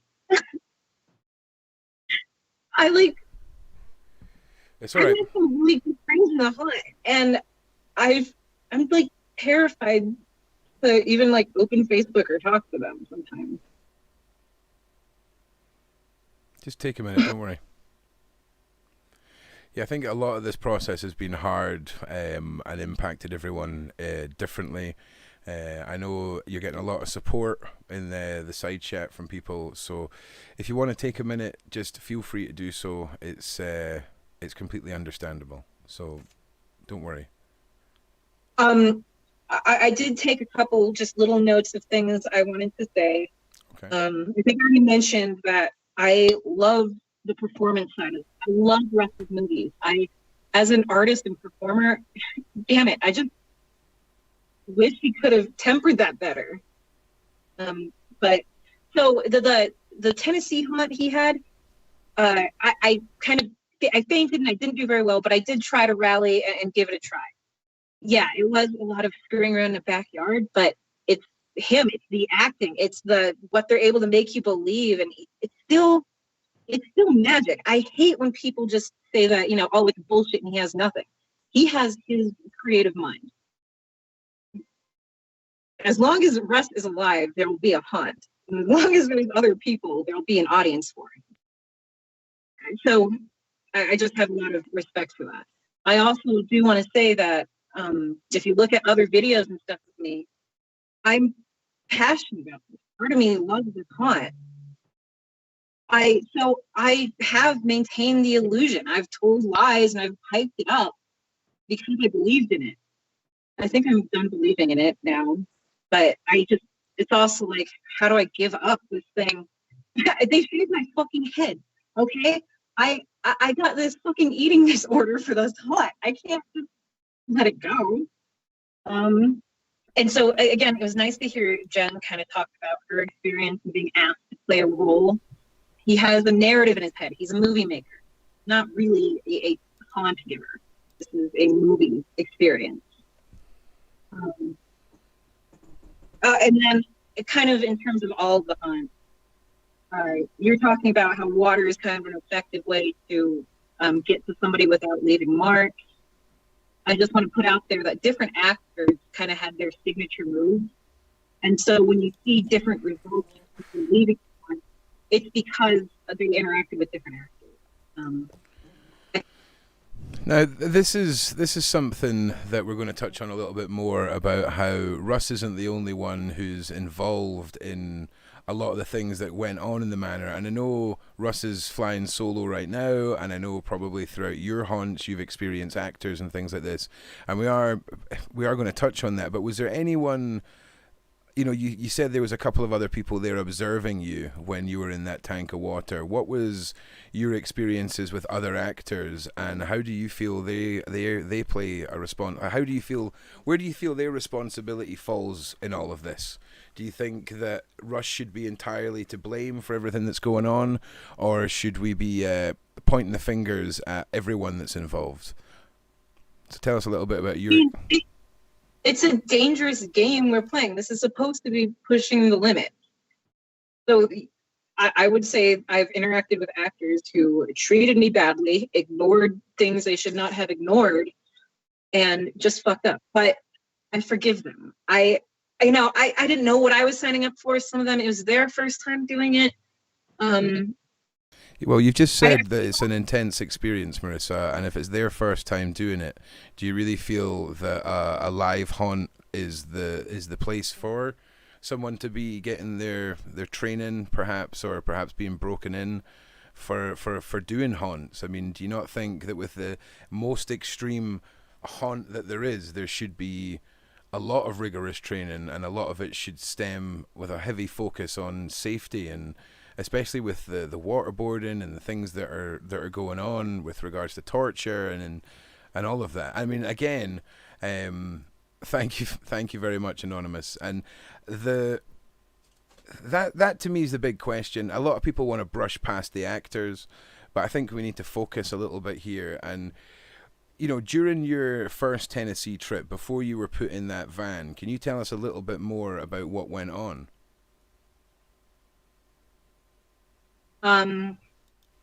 Just a lot. Kind of the online harassment that kind of warmed me up. I did meet with a couple of the actors, so I got to see them as real people and not characters. They told me my head was not going to be shaved, which that wasn't quite true. But I don't know, part of the mind game. I'm not too mad about it. So Anthony was talking about kind of the illusions, and we're making the parallel with magic shows. A lot of this stuff, I mean, it's stupid, simple little things that create kind of an amazing illusion. For a lot of these little illusions that they're pulling off, I don't know if you really need like hardcore training for that. I think just some common sense and people who are genuinely good can pull that off just fine. There's more complicated stunts. I think it's been mentioned publicly, so I'll say it, but I was at one point pepper sprayed. I don't think they tested that. I don't think it's smart of them to do that. That was a fuck up. But it's okay. I'm okay. They're okay. I know they're real people, and so I can forgive them. I really want to forgive Russ, but the way he acts, I don't know if he's a real person. You know what I mean? Yeah, well, so for your first time in Tennessee, was the whole experience you in a tank of water, or was there anything more to your experience there? There was a lot more, and I gotta say, probably the worst things that have ever happened to me in a haunt happened on that tour, but that was also the most amazing tour. They did a lot of planning, they did a lot of cool stuff, really cool illusions, really thoughtful. I've never had a tour that good. It was amazing. And are you able to elaborate? Are you able to sort of elaborate on what those things were? There was a large group of actors, and I feel like that's a big thing. I missed that Russ kind of really didn't have any actors anymore. They add that magic to it. And was this in Tennessee, or was this San Diego with the big group of actors?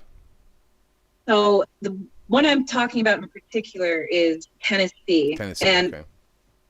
I it's a little bit weird because, again, it was a one-off show. I believe it was Russ's first tour, but I also know he was working with other people, or a haunt that's no longer connected. So I feel like it's a little unfair to judge any of these people based on that one tour. It wasn't one-off, but it was. Okay. Sense. It does. But like I say, for myself, it's more about the goings on, and if there's anything you can tell us about that haunt, what went on prior to you needing to be physically rescued by Anthony.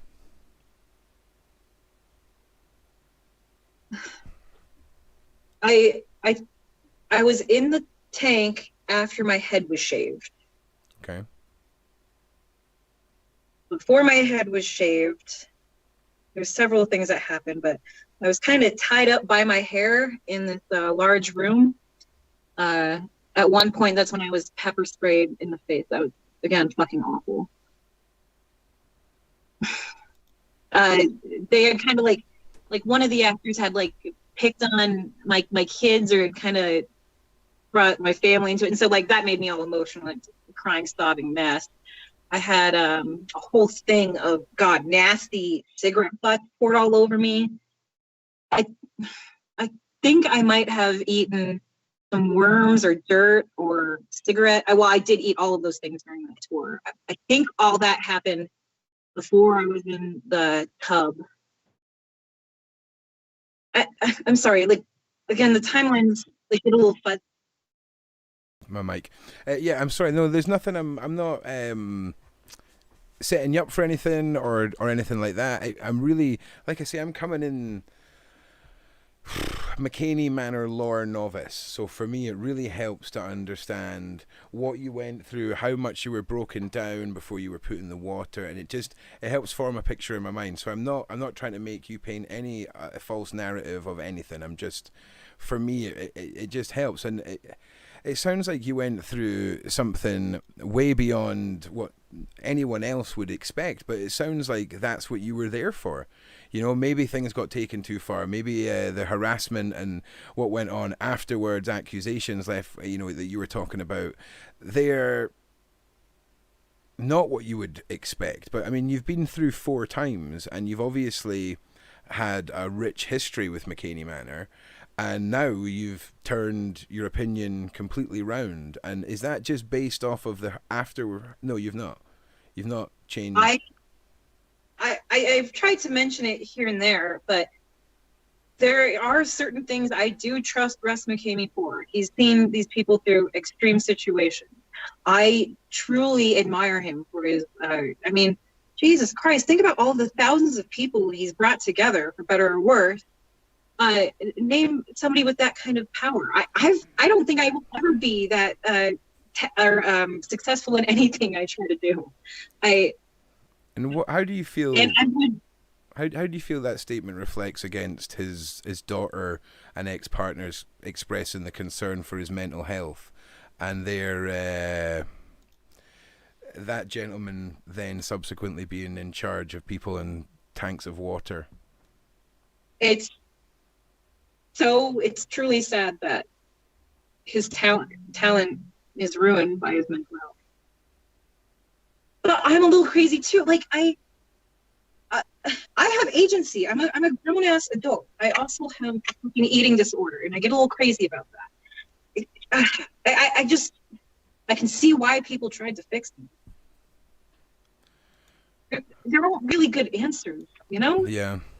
No, it just for me the big part in this is mental health revelations, and looking back how people would have felt if that was shoved in their face then.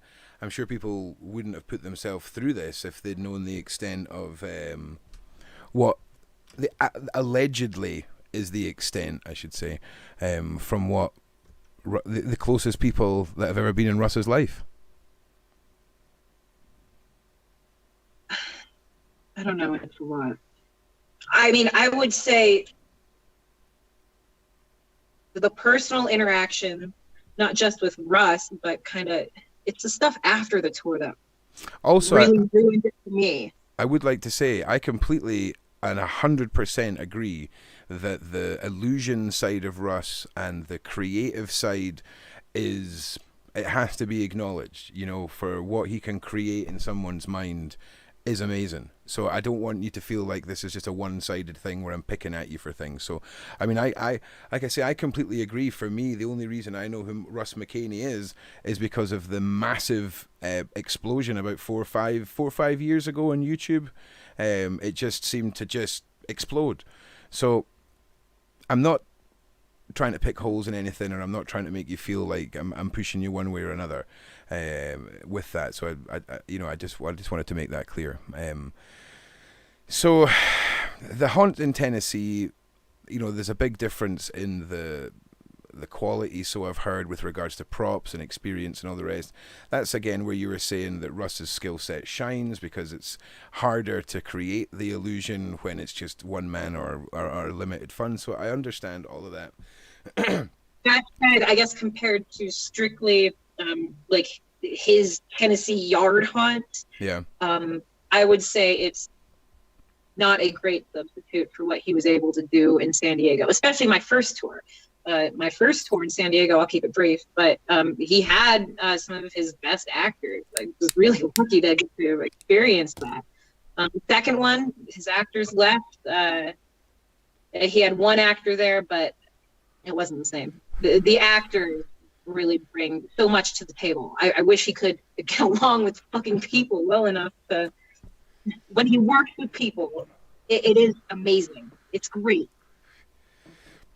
Well, if any of those people are out there, please reach out to me, because none of you have. So please feel free to form a queue of Russ supporters. I'll happily put on a "This changed my life, Russ Mckamey is the man" night. I'm wanting to show all sides, so I'm happy to do that. And we're actually going to have a member of his current team come on and talk to us after yourself. So if there's anything else you want to touch on this evening, Marissa, with regards to Tennessee, please feel free to do so.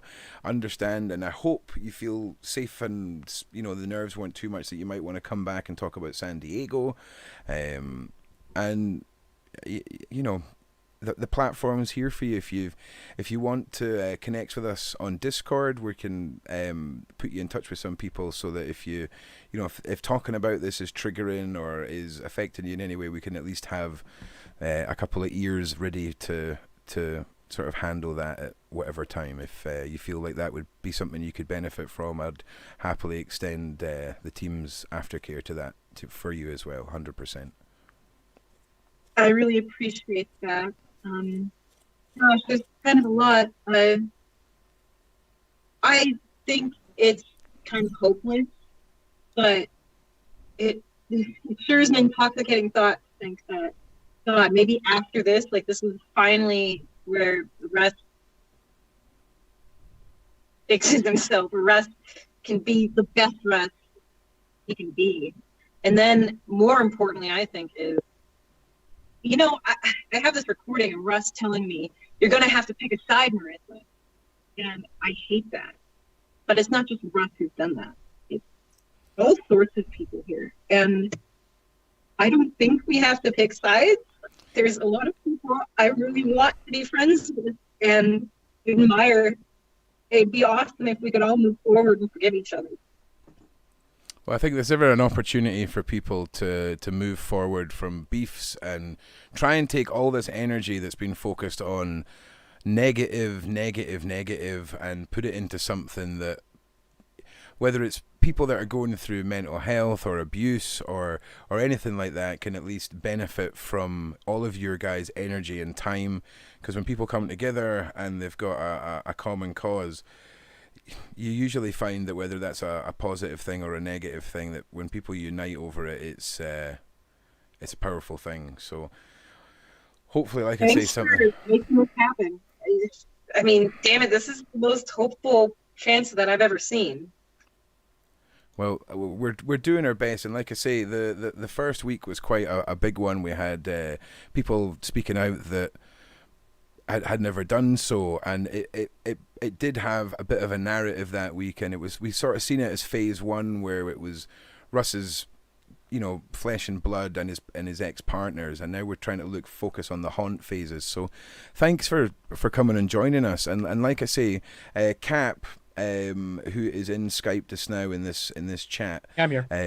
I'll make sure that once we're done with the Skype chat, that he gets you onto Discord, and once we're there, it will be a bunch of ladies that will be looking after you. So Matt's the only weird man that you'll interact with from the team, but he's a lovely Canadian. Don't worry, he collects like fucking pop figures. Jesus Christ! So he's one of those. He's harmless. He's a nice guy. So you'll be temporarily in the hands of Matt, but then we'll hand you over to the aftercare team, and they can. I feel. Did anybody ever watch Jeremy Kyle, like in the UK? Like that's what he said. The aftercare team. I feel like he's conditioned me to say this. So. Oh, even just saying that. But what we're going to do now is just thank you once again, Marissa, for coming on. And I know that you'll have a lot more to say once we come to the San Diego section. And, I think you've done fantastic. I think your nerves held up and you did an amazing job. So thanks so much for coming and joining us. Thanks for having me. You're welcome. Okay, so now we're going to drop our controversial bomb on this evening with our next guest, which is former admin, I do believe, a former member of Russ's team, and we're going to see maybe a slightly different perspective on things. And yeah, so Marissa, if you could just turn off your mic for us and turn off your camera for us and stay in Skype. Don't hang up Skype, but just once you get there, you go. You'll get the hang of it. Just take your time. And Cap, if you could turn your mic off, and Marissa, if you could turn your mic off for us as well. Mine's already off. It's good. Okay, no problem. Just need to help Marissa get. Maybe it is muted. Maybe I'm tripping here. I'm just hang on a second. Okay. It's all good. So, I think it's just the headphones making a static that's just coming from Static Land. So, before we move on any further, I'm just going to see how the streams. 579 people. Shit. That chat wasn't slow enough. It's going crazy. So yeah, big shout out to the mod team. A big shout out to everybody that's out in the side chat, and we're happy to try and facilitate as many questions as we can, but when the chat's going crazy, it's a little difficult. But we'll do our best. So, give me 1 minute. If everyone needs to go to the bathroom or make a hot beverage, this is your time. We'll be running a little bit over the 2-hour mark just to fit in a couple more people. And the next guest, like I say, is a spicy meatball. So stay tuned. Let's say 4 minutes. 4 minutes. 4 minutes. 4 minutes. Go pee.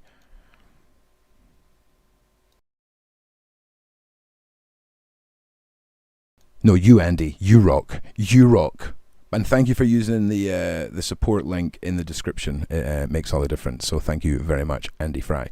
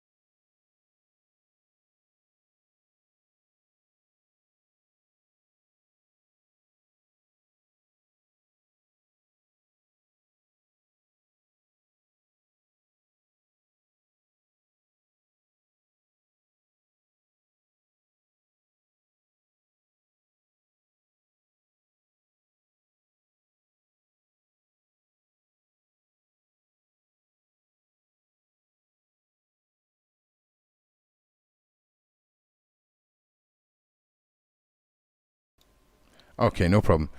Okay, so thank you everybody for waiting there. I was just setting up the next guest on Skype, and our next guest is a current moderator and contestant screening. Does the screening process? He's going to tell us a little bit more about it. But his name is Taryn, and he is our next guest. So Taryn, if you want to be on camera, this is a time to turn it on, and we can begin. There we go. Okay, 1 second. Welcome, mate. Thank you very much for coming and talking to us. And once we begin, I'll frame you up on the next screen. So if you're a bit wonky, I'll frame you up properly.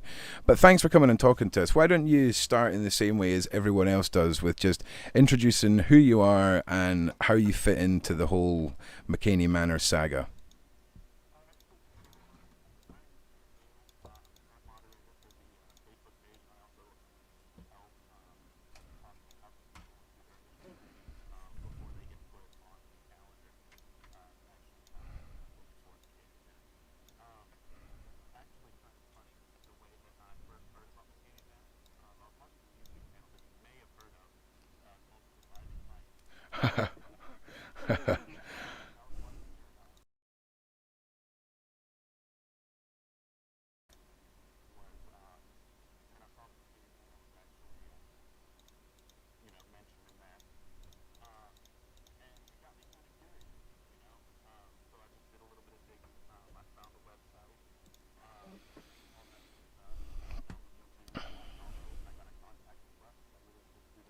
Oh, I do apologize. I need you to start again because I forgot to turn the audio on because I'm a total noob. So I do apologize. Sometimes switching software is difficult. It's cool, man. Yeah, I'm so sorry. I'm so sorry. Everyone's freaking out in the side chat. Yeah, we're going to start over. Like the whole fucking side chat just lit up. I'm very sorry. I'm very, very sorry. Okay. Oh, no problem at all, man. Okay, it wasn't a conspiracy. Like the conspiracy is just literally after about 5 seconds, the conspiracy started. So that was a Ron malfunction. So let's start. Did Taryn go ghost? What happened? Both your audios are perfect. Okay, so let's just start from the very beginning. Who you are? All right. How you fit? You were nailing it as well. I do apologize. So back to. Oh, no problem at all, man. Now I've had time to actually collect my thoughts a little more. No problem. And apologies at home as well. I do apologize. All right. So my name is Taryn Neal. I'm a current moderator, for the Mckamey Manor Facebook page, and I also help talk to people before they actually get put on the schedule to come to Mckamey Manor and do their initial screening with them.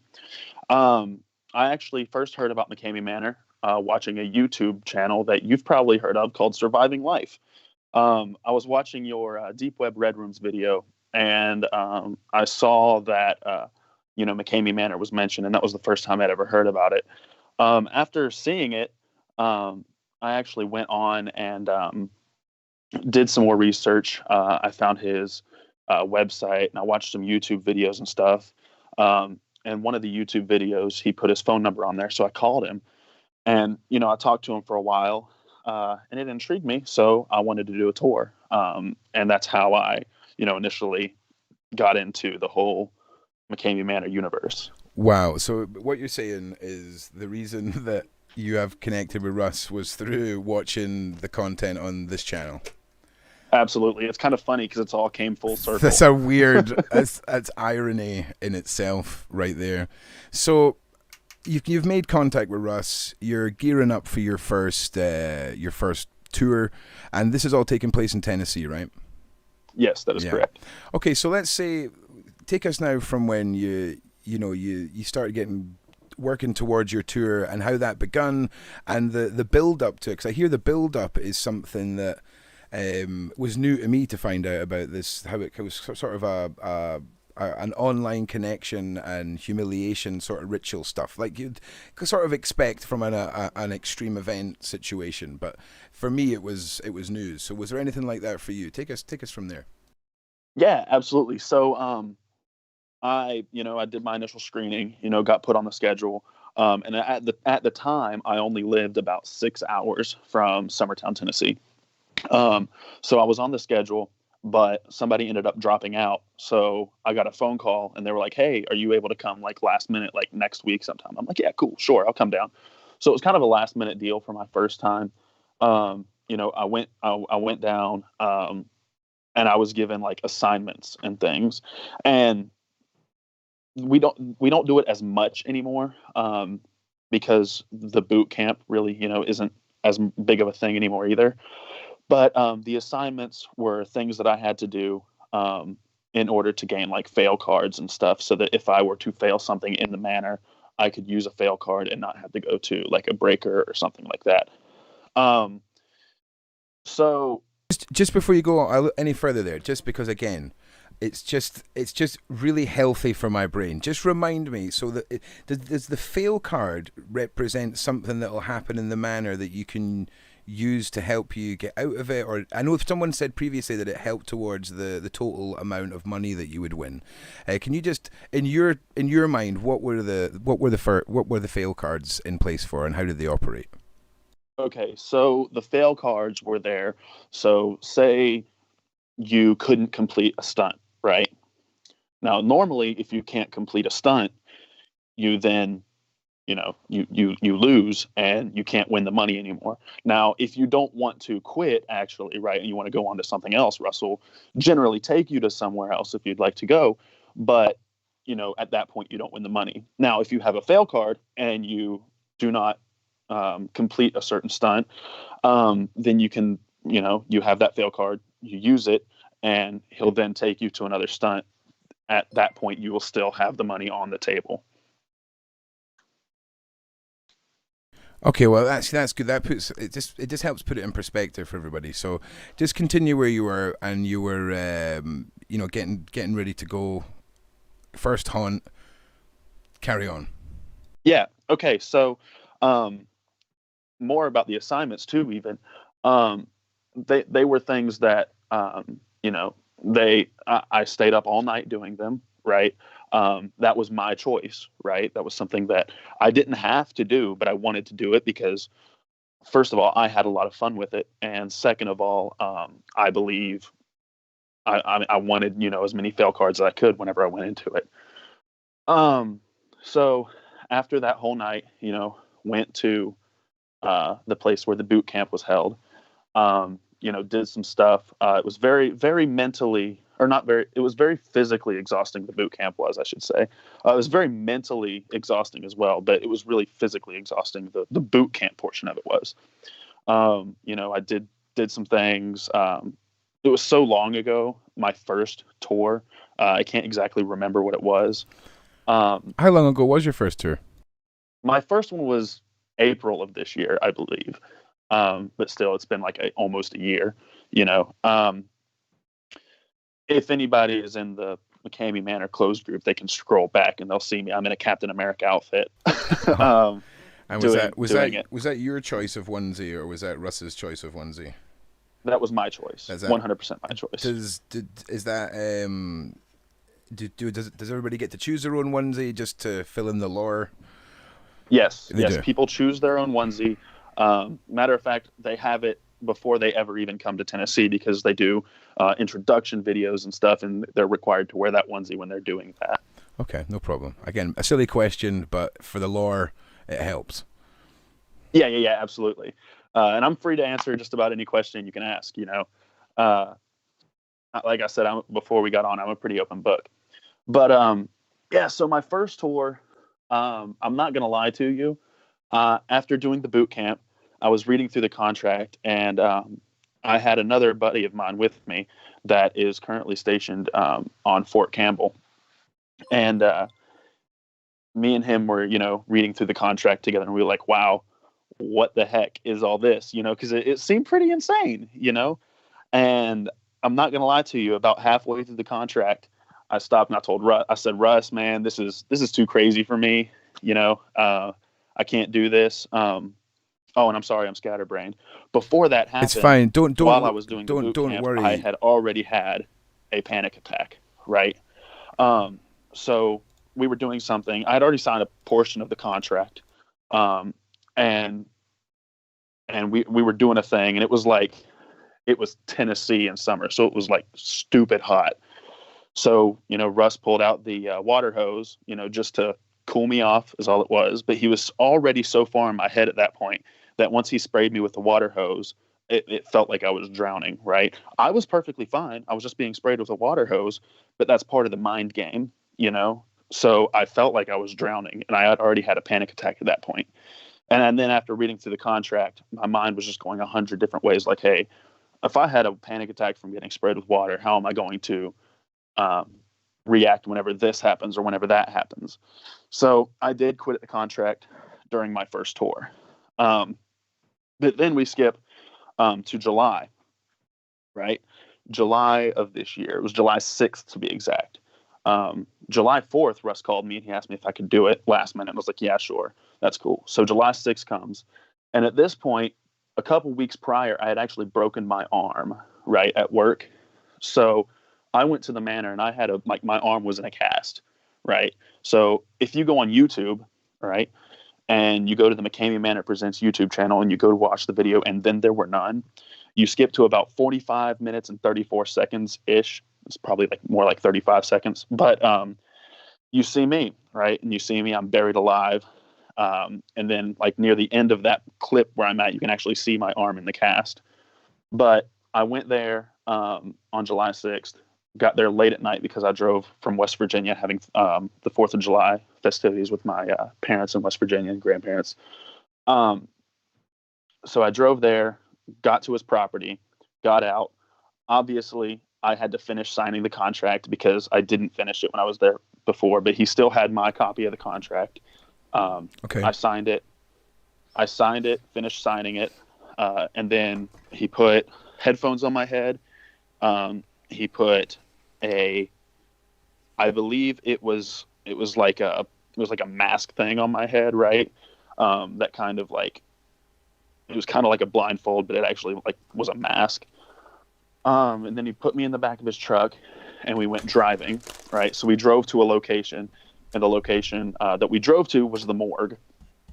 So he took me into the morgue, or at least that's just what it's called, is the morgue. So he took me into the morgue. He strapped me to the wall. He put a straitjacket on me, and he proceeded, to play some mind games with me, right? So, and like I said, everything was live streamed to the Facebook group. So if you're in the Facebook group, you can go back and watch 100% my tour. He took a screwdriver, right? It was just a normal flathead screwdriver. And he noticed that I was starting to breathe heavy already. And he told the fans, he's like, hey, watch this. He's going to have a panic attack. All I'm going to do is I'm going to act like I'm cutting him, and he's going to totally freak out. All he did was he took that screwdriver, he rubbed it on my arm, and I had an absolute, I had a straight, more of a panic attack than I can ever say that I've ever had in my life. It's the mind game of it. That's where everybody really freaks out is, I mean, Russ says it all the time, with the use of the power of suggestion and with the use of hypnosis, you can be sitting in a kiddie pool and think that you're in the ocean with sharks swimming around you. It's part of the experience, that mind game is. And he did that for a while. He put a dog shock collar on my arm and he shocked me. I had to put a whole bunch of clothespins on my face. He poured fake blood on me. Then after that, we went to Manorhorn, which is another stunt. I really, really can't explain it. It's just something that you kind of have to know about or watch to really get what it is. It's kind of hard to explain. I had another panic attack up there. Then he took me down off of Manorhorn, and he put me in this contraption that he told me was going to be another form of public transit, right? So public transit, like Anthony Silvis was talking about earlier, usually is where there's a chain on the back of the truck, you hold onto the chain and he drags you, right? It didn't just happen once. If you watch Pro Haunter's video on YouTube, you see it. He's holding onto a chain and he's dragging you. It's not like you're not able to get off of the chain. You just let go and you're there. You see Pro Haunter let go several times. And it's not something that you don't expect to happen either, because it's in the contract. Everything that happens at the manor, was going to happen prior to it happening, because you can fit a lot on 40 pages. It's a 40-page waiver. So I don't understand how people can say that they didn't expect something to happen, or how people can say that other things happened other than what they were expecting. But he ended up not taking me to public transit. That was part of the mind game as well. He knew I didn't want to get buried alive. So he just started piling dirt on top of me. He buried me alive. And then at that point, that's whenever I quit. And you can see it in the revised and then there were none video that's on YouTube now. I quit. After I quit, he tells me to talk to the fans. I laugh a little bit, and he says, "Oh, you're laughing again," because I laughed a little bit in the morgue, because laughing is my natural response to fear. But after I laughed, I'm like, no, Russ, please, no. You can see me begging, and he just dumps water on my head. That's all he does, right?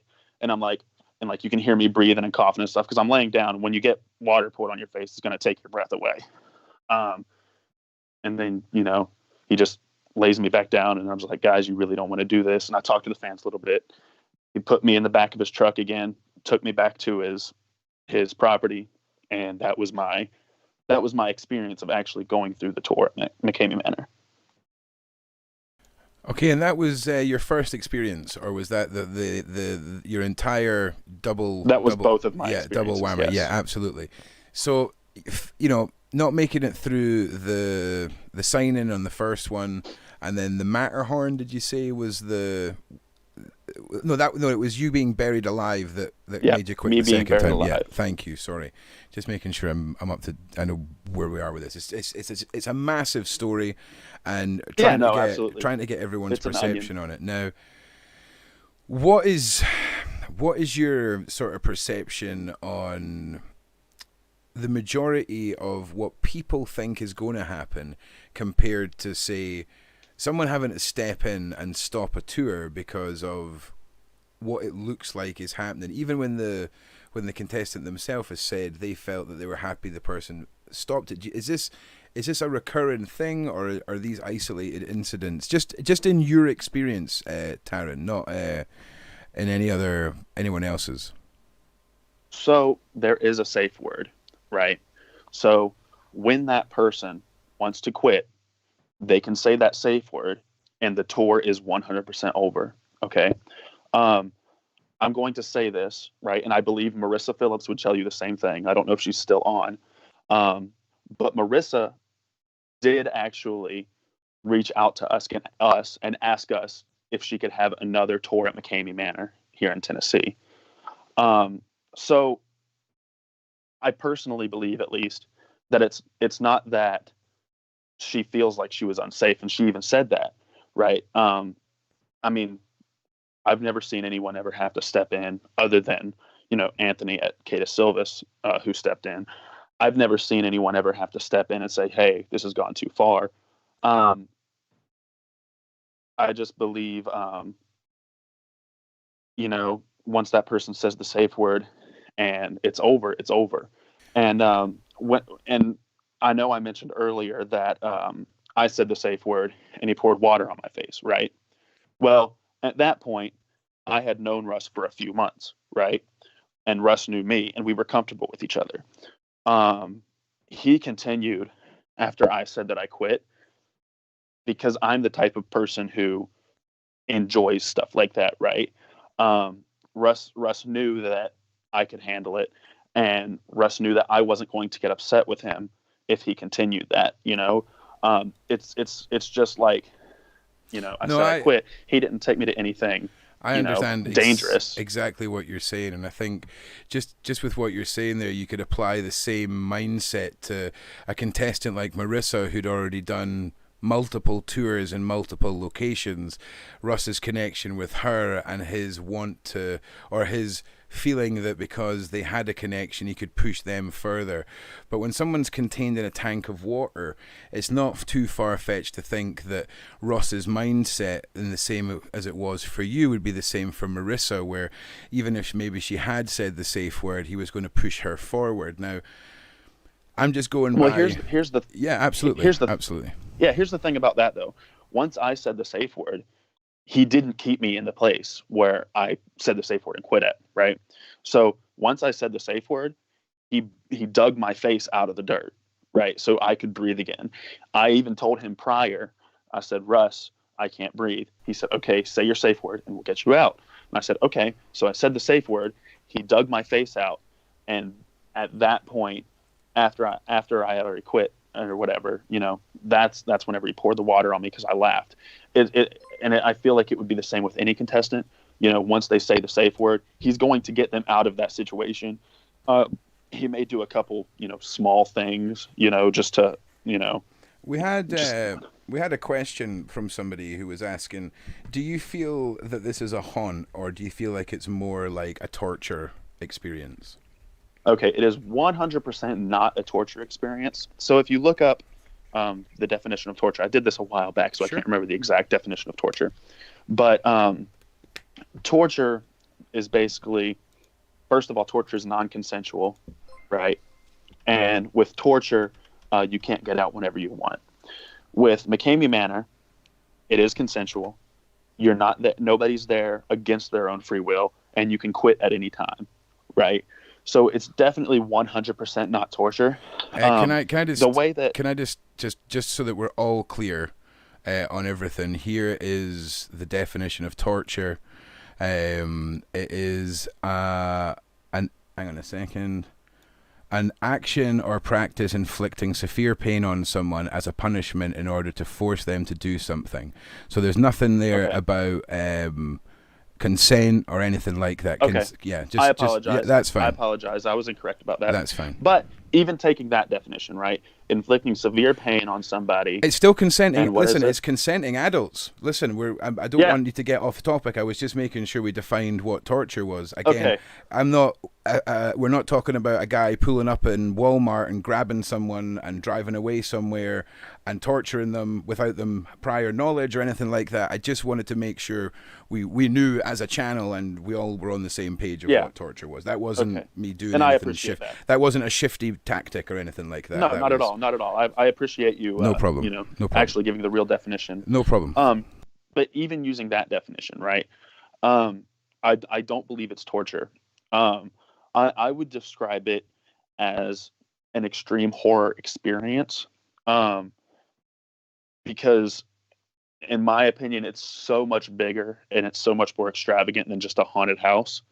I believe it's better than a haunted house, in my opinion. I would totally describe it as an extreme horror experience. Sorry. I think for me, I think that nails it for a description. Like when you look at even the persona Russ wants to portray, I think that title suits it a lot better than a haunt. I think haunt's very...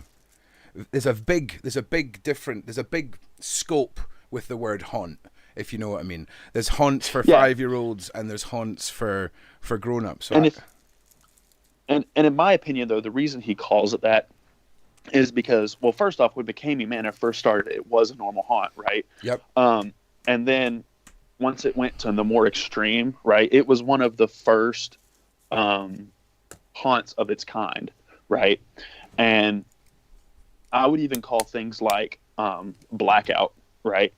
Blackout, they brand themselves as a haunted house. They brand themselves as an extreme haunt. Yep. But I would even go as far as to say Blackout isn't an extreme haunt, and they're more of an extreme horror experience. Yeah, right? You know, I almost feel we're at a point in history with the entire genre of experience where we've not bled out the old terminology if you see what I mean. So Exactly. we've had years of conditioning to think these things are haunts, but now that we've moved into what we're moving into 2020, and you just have to look at how movies have progressed over the years to see people's want for more extreme everything.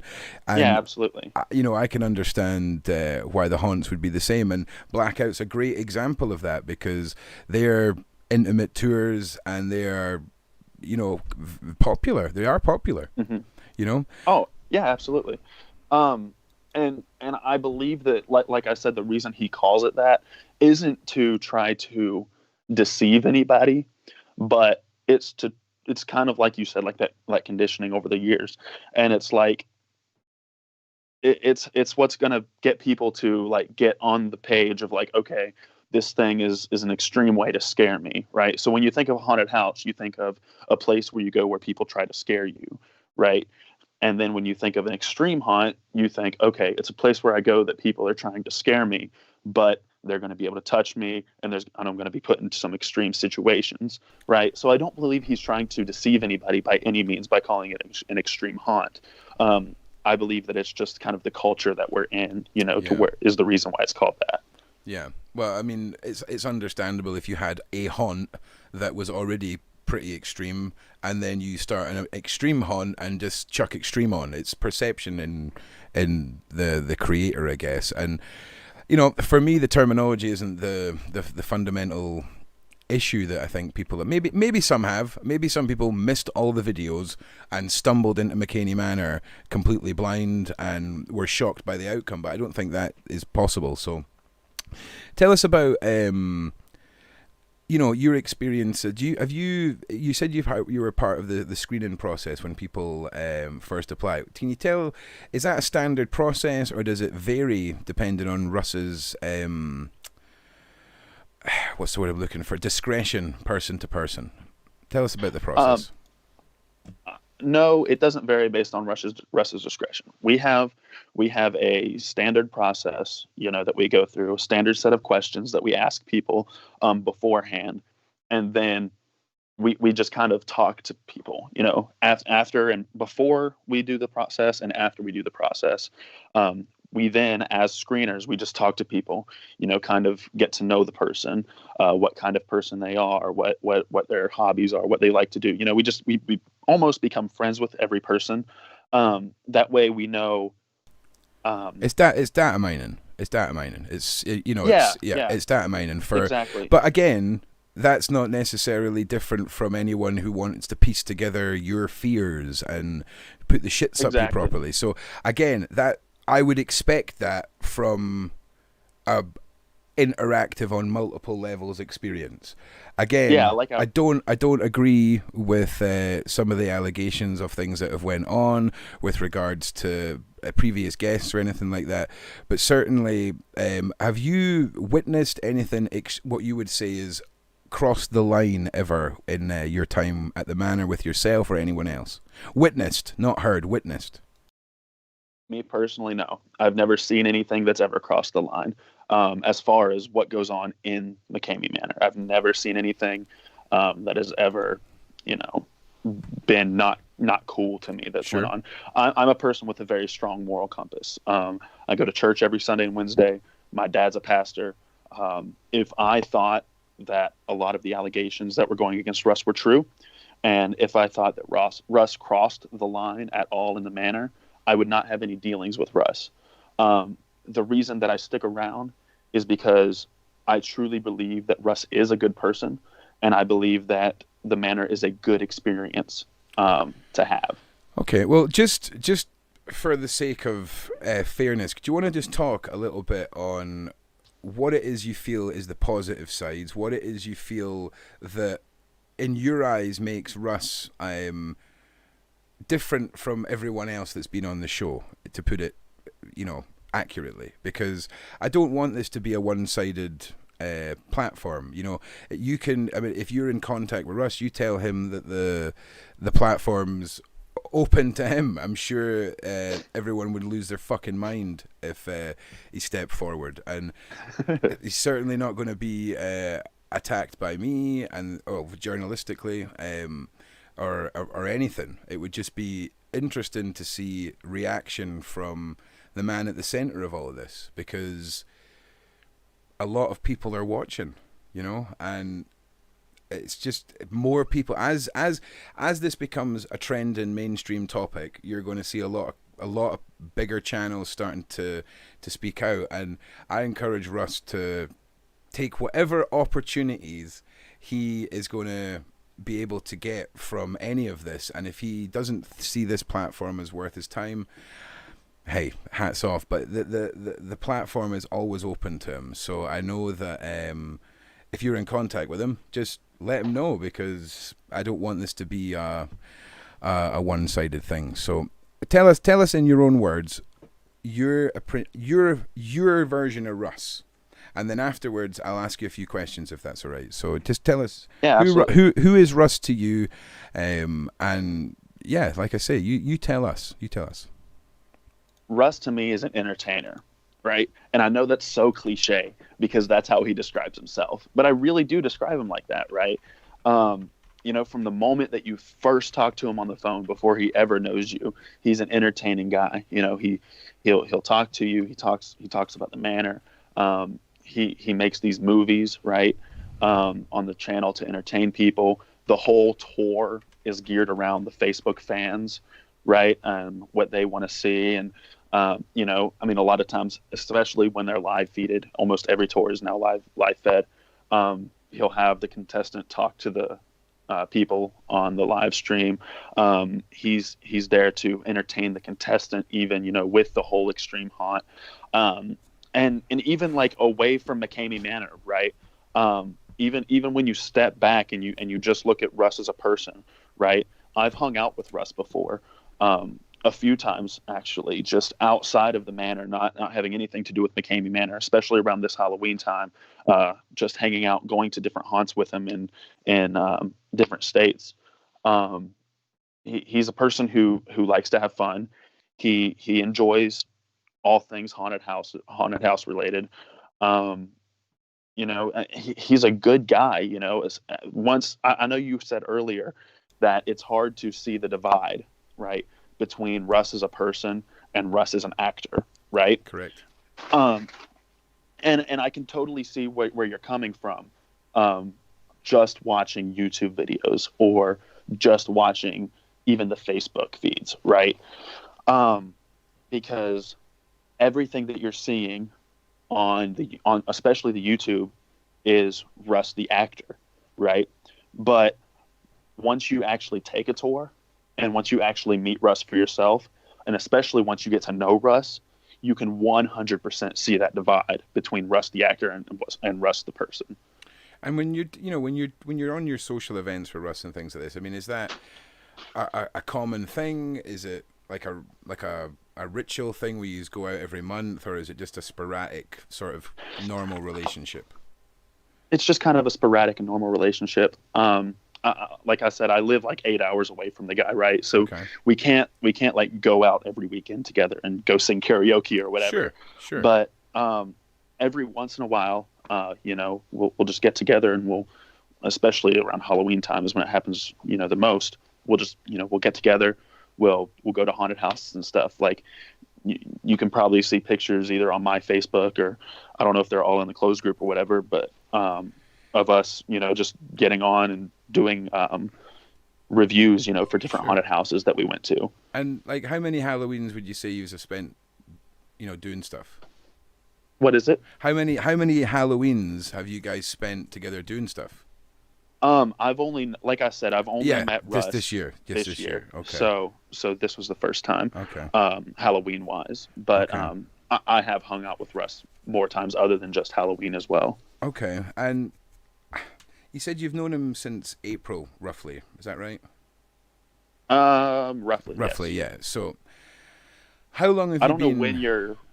Oh, I'm sorry. How long have you been staff as opposed to customer, so to say, or oh Lord, I don't know what the word right. What is it? Contestant? Is contestant the right word? Yeah. Contestant's the right word, contestant, right? Yeah, contestant. Yeah. The right word, yes. So when was the shift from contestant to staff open and worded however loosely you like it?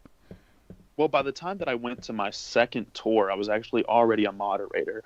So I believe that I became a moderator if I took my tour in April. I believe I became a moderator in June. Okay. And then I don't think I started doing screenings until August or September, Okay. I would say.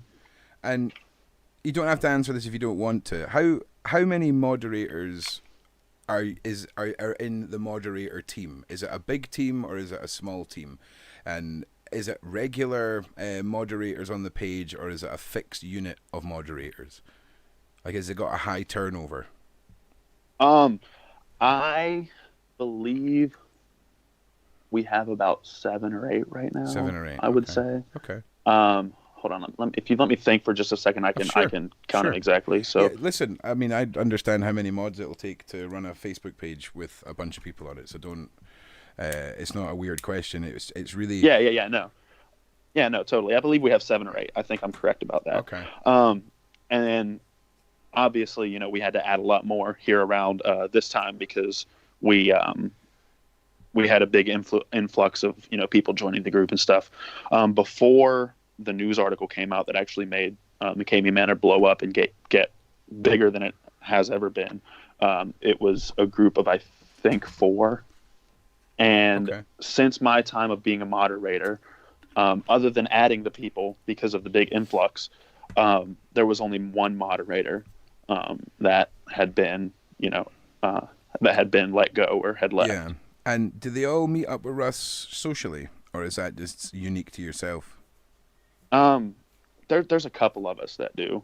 I would say that others do even more frequently than I do. And is that just geographical reasons? Yeah, that's part of it. Some of them do it for geographical reasons, and some of it do it because they're a lot closer to Russ than I am. Even you've probably heard the name pop up several times. Chris Smith. I mean, that's basically Russ's right hand guy. You know, and they're like bread and butter. They go together. You know, they're great together, and they're like best friends. So I mean, they hang out quite often. Well, Chris, if you're watching, we're happy to have you as well.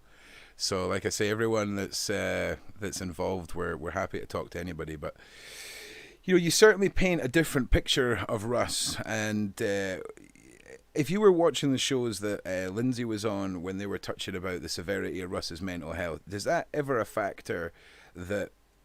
Do you ever feel like there's any alarm bells ringing on the? Well, not alleged because it's documented. So the mental health history of Russ. Do you ever feel like that is something that you've had any run-ins with? Let me just try and rephrase this. Do you feel like the mental health that was mentioned by in the previous shows? Do you feel like that ever becomes a factor with your interactions with Russ? For me personally, no. No. I mean, for me personally, every time I've hung out with Russ, you know, he's been a perfectly normal guy, you know, and he's been, you know, a great host to me. I know the comments are probably going crazy right now. I can't see them because I'm on Skype. I'm not even paying attention to the. I actually slowed them down as well. I had it on 30 seconds, and I've slowed it down to 60 seconds per person. Can only comment once every minute because it's just difficult to make sense of what's going on. But let me just throw my 2 cents in, right? Because your experience sounds to me a lot like the experience of the first year of Russ's relationships, where he gets close with Carol and with Holly, where they describe this perfect gentleman and this ability to mask himself, which when you've got people that are, unless Russ comes and tells us otherwise, I could only go on the one side. I mean, that's all I can do, right? So, well, can I mention something about that one side real quick? Yeah, of course. I don't know how I can get it to you, right? Okay. But I do have a video, and I don't know how popular this is going to be, all right? So I want to preface this by saying I am not a victim blamer, right? I grew up as a victim myself of childhood abuse, and I watched my mom be a victim of domestic abuse, okay? So I do not condone abuse at all, not at all, right?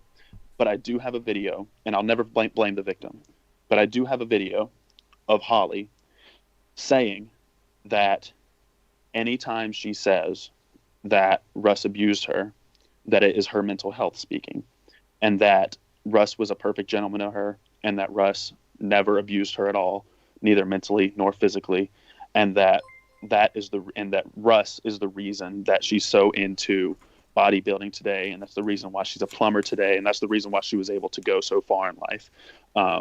I have that video on my phone, and I would like to get that to you somehow. Well, How. I'll set you up with encrypted everything that you need to do that, so don't worry, and we'll facilitate that. But what I would say is, for me, when it comes to information, it comes to videos and all that stuff, we have to look at both sides, and 100%. Oh no, absolutely, 100%, absolutely, I agree with you. 100%. If new light is brought together, I've had great interactions with everybody that's been on the show, including yourself as well, with the aftercare. For me, I need to just sort of I need to go with the people that have the best. If this was me picking someone to come and fit an engine to my car, right? And I had the choice between somebody who'd been there 10 years or 5 years or 13 no, and years totally or a few totally months. agree with you. I totally understand. But your story mirrors the honeymoon period that we'd heard before, and I'm not trying to pigeonhole you or make you sound like you've said anything in the slightest. You've not. I'm really just processing and thinking out loud, because there's a lot of similarities in the actions of Russ, and a lot of similarities in how you speak about Russ and how people that were closest to Russ spoke about Russ in the beginning. And the reason that I was asking about if other people met Russ on the outside or anything like this is simply, is Russ in a way replacing the family lost with his Mckamey Manor, not so much staff, but his family's created there? Is your relationship with Russ something he would mirror if his son would speak to him? And I don't even know if I'm asking you a question right now. I think I'm just thinking out loud, to be honest with you. I don't even know what that means, if that is the case. It's not a bad thing. It's just, maybe I'm just thinking out loud. But for me, the similarities and the honeymoon period and all of this is interesting. It's interesting, and so is how your relationship is with Russ, and so is how the trust that you seem to have with Russ is certainly different from the previous guests. So it's interesting, but for me, again, it's how much weight and I hate saying words like cast, because this isn't a Netflix series, right? I feel like it's so bad, but I'm the guests. I'm hooked on this. Like, I am hooked on the wacky turns. This is wacky turns. Fucking hell! Like, I just think it's interesting talking to you. I hope you feel when this call ends and your fucking mobile just explodes with, everything, that you feel like this platform isn't going to, bullshit you. And if anyone else wants to come forward that's in your position, I'm sure it's up to Russ at the end of the day. If anyone does want to come forward, you know where we are, and we've got a research server set up for this entire project now. If you go to the main channel, I'm in on it. Yeah, if you go to the main channel, up at the top it says join Discord. If you click that will now take you to the research server.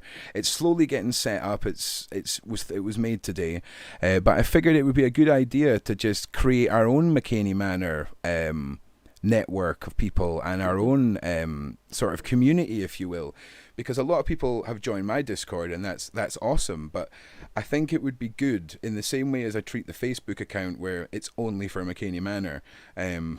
Once we start winding down this and we're looking into other things, it would just be good to have a living point of reference with everyone there, tagged how they fit in, and anyone who wants to then come and talk to you guys can join that Discord. And there's a list of Tennessee contestants, San Diego contestants, pro-Russ, anti-Russ, and everyone's there, but it's set up in a way that no one can shit talk each other, and public spaces, the only spaces you can mingle publicly are with people that you're tagged with, so that there can't be any toxicity. It would just be a really like an open platform. Yeah, you know, I enjoy that, and that's why I enjoyed Mckamey Manor Talk in the beginning.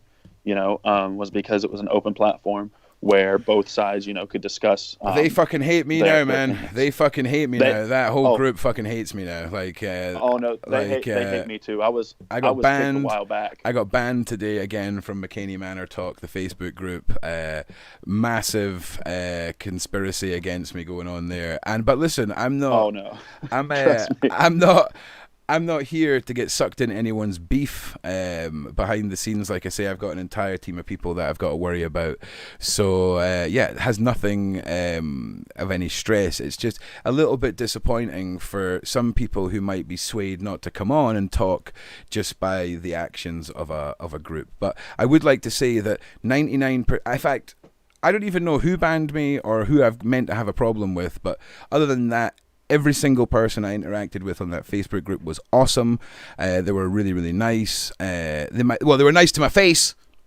So I don't know what was going on behind the scenes, but certainly there was issues there. But it's just the way it goes. But is there anything else you want to kind of just, you know, put out there? And I would like to say this is definitely not going to be the last time you're on this. There's going to be a whole whack of questions, and people are going to want to, you know, I'd quite like to just check in with you in a year, and then check in with you a year for after that as well. Just as a little interesting. Yeah.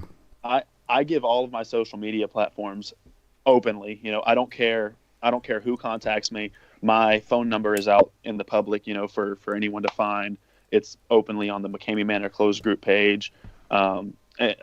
If you don't mind, I would even give it here. So no, listen. You are really new to the internet, okay? Like, you may have spent your life on the internet, dude, but just for legal reasons, that was a joke. Algorithm. No one's saying any of that shit. Google, if you're listening, he's a comedian, and that was just the comedy interlude. But you gotta watch, like, the internet's fucked, mate. Like, I mean, I love you all, internet, but shit can go down fast. You just got to watch, bro. 100%. But listen, I think you put a really interesting perspective. Like I say, for me, you seem like a really nice guy. I don't smell any bullshit. But at the same time, I don't think you're immune to the spells of Russ. I think you've experienced the intense side of Russ, is manipulation in the extreme haunt experience with what you can do to people's minds and trick them. I don't think you're under any spell like Holly or Carol was, but I certainly think that your story adds a different twist. The video you talked about adds a different twist, and you know, you're welcome back anytime. I think you've been super respectful, and I'm more than happy to have any more of the mod team on. I'm sure there's one fucking crazy mod that wants to come on and just fucking lose his fucking mind. You must know who I'm talking about. There must be that one guy in the team that's just like, I'd go on and fucking rip this guy's arsehole open. Like, there's that one. I don't think we have that anymore, but we used to have one that I love him to death. Me and him still friends to this day, but he would be that guy. Yeah. If you're still out there, here we are. Well, listen, thank you very much for joining me. We're pushing almost 3 hours now, so we're going to wind this down. And I don't want anyone in the side chat to feel like if their questions have been missed or anything like that. I am setting up a Discord so that my community who are on Discord can have an opportunity to interact with people, but I think I broke it, so I do apologize.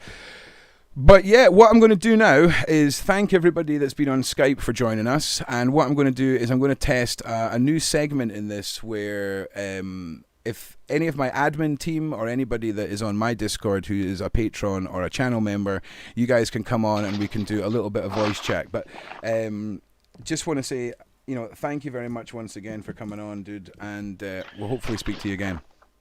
Yeah, absolutely. Anytime. All right, brother. Thank you very much. Thank you. All right, so we're off of Skype now. Everyone else who I contacted about the first Tennessee show, obviously will carry you forward into tomorrow's show, which will be again at 11:30. I will set up earlier this time. A lot of the time it's trying to juggle when people finish work and things like that. So what I'm going to do now is just sort of take 10 minutes to be a bit YouTubey. Let me go. If any of you people felt like I was talking over anyone in the previous interviews, I'm really sorry. I've watched a little bit of an online course on how to interview and things like that, so I'm going to try and improve everything as much as I can for everyone. So yeah, I'm glad that I'm glad that you guys are enjoying that this series. I think it's getting really interesting. I think it really, really is getting interesting, and I can't wait to have my say in the videos. Like this is what's exciting for me, is I get to kind of listen to everyone and kind of sit back and absorb it all, so that when I do the video on this, that's when I'll be putting over my opinion. And I'm looking forward to feeling proud that I can have even anything close to the word truth. It's not going to be exposed. This unmasking series is going to continue. We're on unmasking Mckamey right now, obviously, but we are going to be moving forward at some point into unmasking our next group. So this has been awesome. So what I'd like to do is try and see if anyone on my Discord would like to come and join us on the live stream. Oh, there is people in here. Hello. I think it's maybe because I've got stream mode on. Okay, so why can't we see that, Ron? Why is everything broken? Right, give me a second. Let me just grab this. Copy. Why are you being a pain in the balls? Just give us a second, people. Just give us oh man, we're going to start getting healthy Discord madness. Okay, so live stream chat, voice, live stream VC. Okay, so yeah, if anybody wants to join the live stream VC, do so, and we'll see if Ron has broken this. Let's have a look. How's Ron? Oh yeah, look, you're all there. Ha ha! You did it. I'm a real boy. Awesome, awesome. So, what do you guys think? What do you guys think of the sort of interviews from tonight? How this is sort of moving forward? And before you answer that, right? Let me just you're there, so everyone can talk. Awesome. Right. So tell us what you guys think. Take it away. Let's go to Chef first. What are you thinking, Chef? Oh, hang on. I don't think we're getting audio. Hang on a second.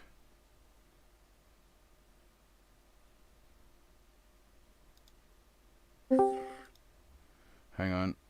Matt, can you talk in Discord for me, please?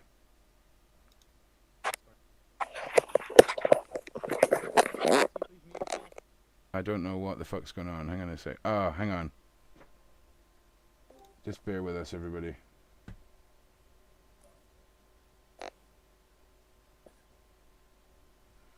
Okay, that's weird. I'm just not picking up desktop audio.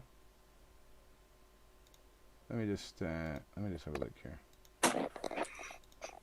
Yeah, that's weird. Okay, can someone else on Discord talk? Can somebody just let me know in the side chat if you can hear people on Discord?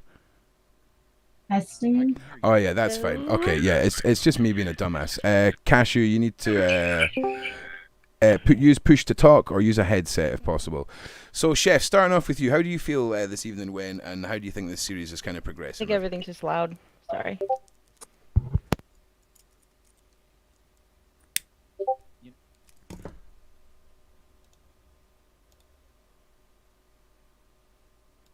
And trying to put things. Can anybody hear Chef? Yeah, people can't. I don't know why we can't hear Chef. Chef, go and try going in and going out again. Okay. Hold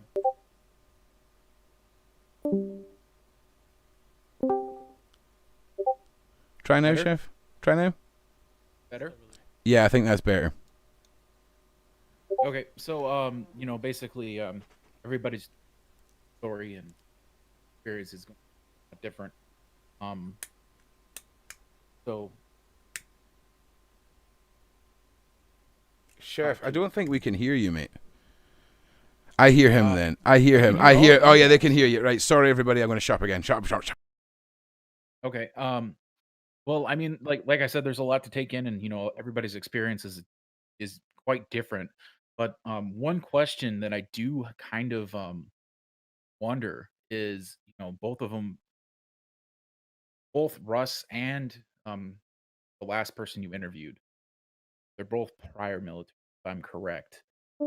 And I kind of wonder if, you know, they use some horror kind of, guess, Manipulation prior tactics. military Yeah. tactics. Could be. Because a lot of their screening process seems very close to, like, Maybe not even practices. Maybe myths and legends of things that he's heard that have gone on in conflict, or just general chitty chat with the military boys. Who knows? It's a good point. It's a really good point. What about Cashew? What are your thoughts on this? If you want to put your thought, you don't have to, but if you'd like to, please let us know what you think. Can you hear me? Yeah, we can hear you. Okay. With the last guy, I just think he might have not had a bad experience. Maybe his experience was just normal, and he just thinks that everyone's lying. I don't know. I don't know. I don't think he's being brainwashed, or maybe he is. I'm not good at that kind of thing, but maybe he just has a normal experience and had fun. Simon, I've been trying to read the chat.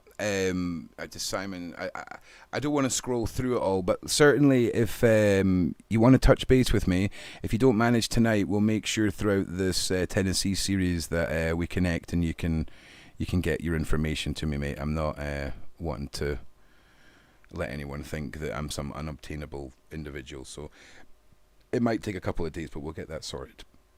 But it's... What you're saying is completely right, Cashew. I mean, everyone's perception on this seems to be, heavily swaying one way, but certainly it's interesting getting points of view from the other side of this, and the more, what I would consider the honeymoon phase of people's relationships with Russ, because, if, like I said, I'm cutting out.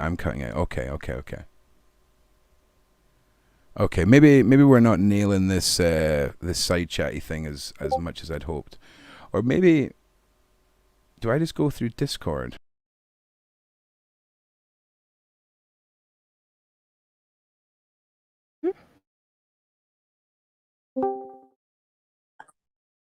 I can hear you in Discord. I can hear you, Ron.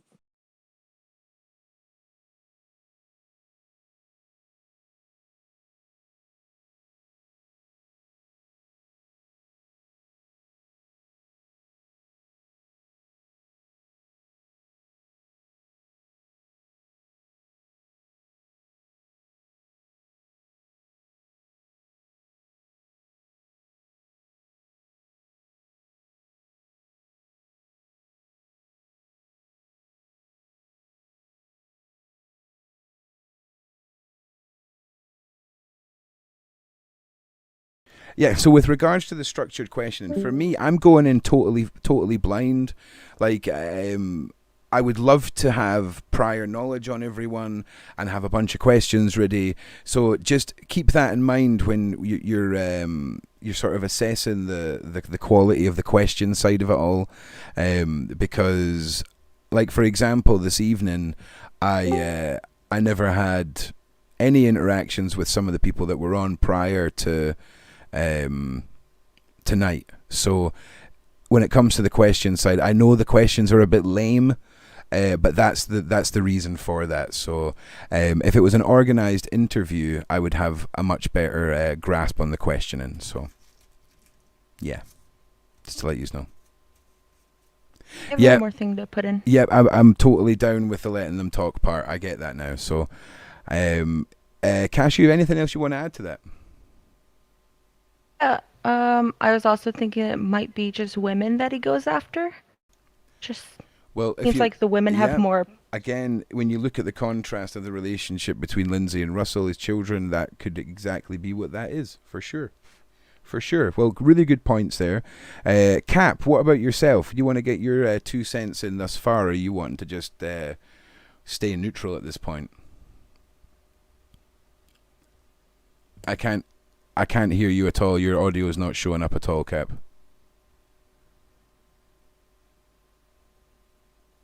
Yeah, for some reason you're not coming through. Let me just bash through this, Cap. Well, you'll get an opportunity. Knowing there is knowledge reigns supreme. 93. Have you got anything you want to throw in? You don't have to. My microphone is working. There you go, bro. We can hear you. Okay. I just don't know if the last guy was really genuine, Ron. Oh, I'm Ron sitting on the motherfucking fence, Swanson. Like I'm saying nothing. But you get your point across. You get your point across. Everyone's allowed their opinion here, so you elaborate a little bit more. Like a nice guy, but I just don't know. Yeah. And Okay. I really felt bad for Marissa, though. She Yeah. got really, really, really hurt, and yeah, that was a sad part of life. Yeah, for sure. Well, okay, yeah, I think you're probably not the only one who feels those points strongly. But Star Fox, have you got anything you want to throw in just before we wind this down? My main thing right now is it's all perspective. Yep. I think it goes for everybody that you've talked to so far. So it's perspective, like, as they look at, like, events that have happened in the past and what's going on now. It's all perspective. Like, that's where I'm at. Like, It's I'm interesting. still It's interesting, brewing isn't it? everything. Yeah. Yeah. Like, I'm still brewing everything, Yep. because Brewing's a great word. Yeah. Everything's Yeah. Oh, still, it's every day there's yeah. somebody new that there's to talk to. There's Yeah. something, there's a new perspective coming out. And so I just think right now that's where I'm at. Yeah, That's where I'm at I right feel now. like we're on a massive plane, and some poor me, I'm trying to serve tea off one of those trolleys, and it's just turbulent as fuck, and it's just tea everywhere, and I don't know what's happening, and I'm just trying to hold this together. So I'm glad everyone's enjoying it, and I'm glad we touched on the question side as well. But Twinkie, what do you have to say? I think it's been very delicious, but I just wanted to give a shout out to all the guests for coming on and their strength. It takes a lot to talk about this and know that you'll get like hate sometimes. Yeah. So I just wanted to say that. Okay, well, apparently it's Veterans Day. Happy Veterans Day, someone said. So if that is the case, very happy Veteran Day to all the veterans out there. And just because the word veteran was used there, we're going to be doing a series. You'll hear an announcement, which is a spin-off of our Survivor series, where we're looking at keeping the memory of valor alive. If you've got a story about someone who you've lost through the armed forces, or a story of a situation where you guys got brought together, or you overcame and survived a situation, this platform will offer you a voice to make valor eternal, really, within you're telling it in your own words and allowing that to happen. So yeah, Ron's terrible with days. Ron is just a series of live streams and chaos right now, so it literally doesn't surprise me that I'm missing massive dates. So now, why am I sticky every fucking time? Why am I sticky? Do you want to say anything just before we go? Maybe you could tell us why you're sticky, but maybe you don't know. Maybe you've got nothing to say. It's okay. Well, listen, I just want to say thank you once again to everyone who has shown support for this, who has supported in all the ways that they can. Please make sure you like and share. It's really, really important that you click the bell and you click notifications to get all notifications. Make sure you subscribe to the second channel. There's links to my Instagram, links to my Facebook. Join the Mckamey Manor research server, which is in the main link header of my channel.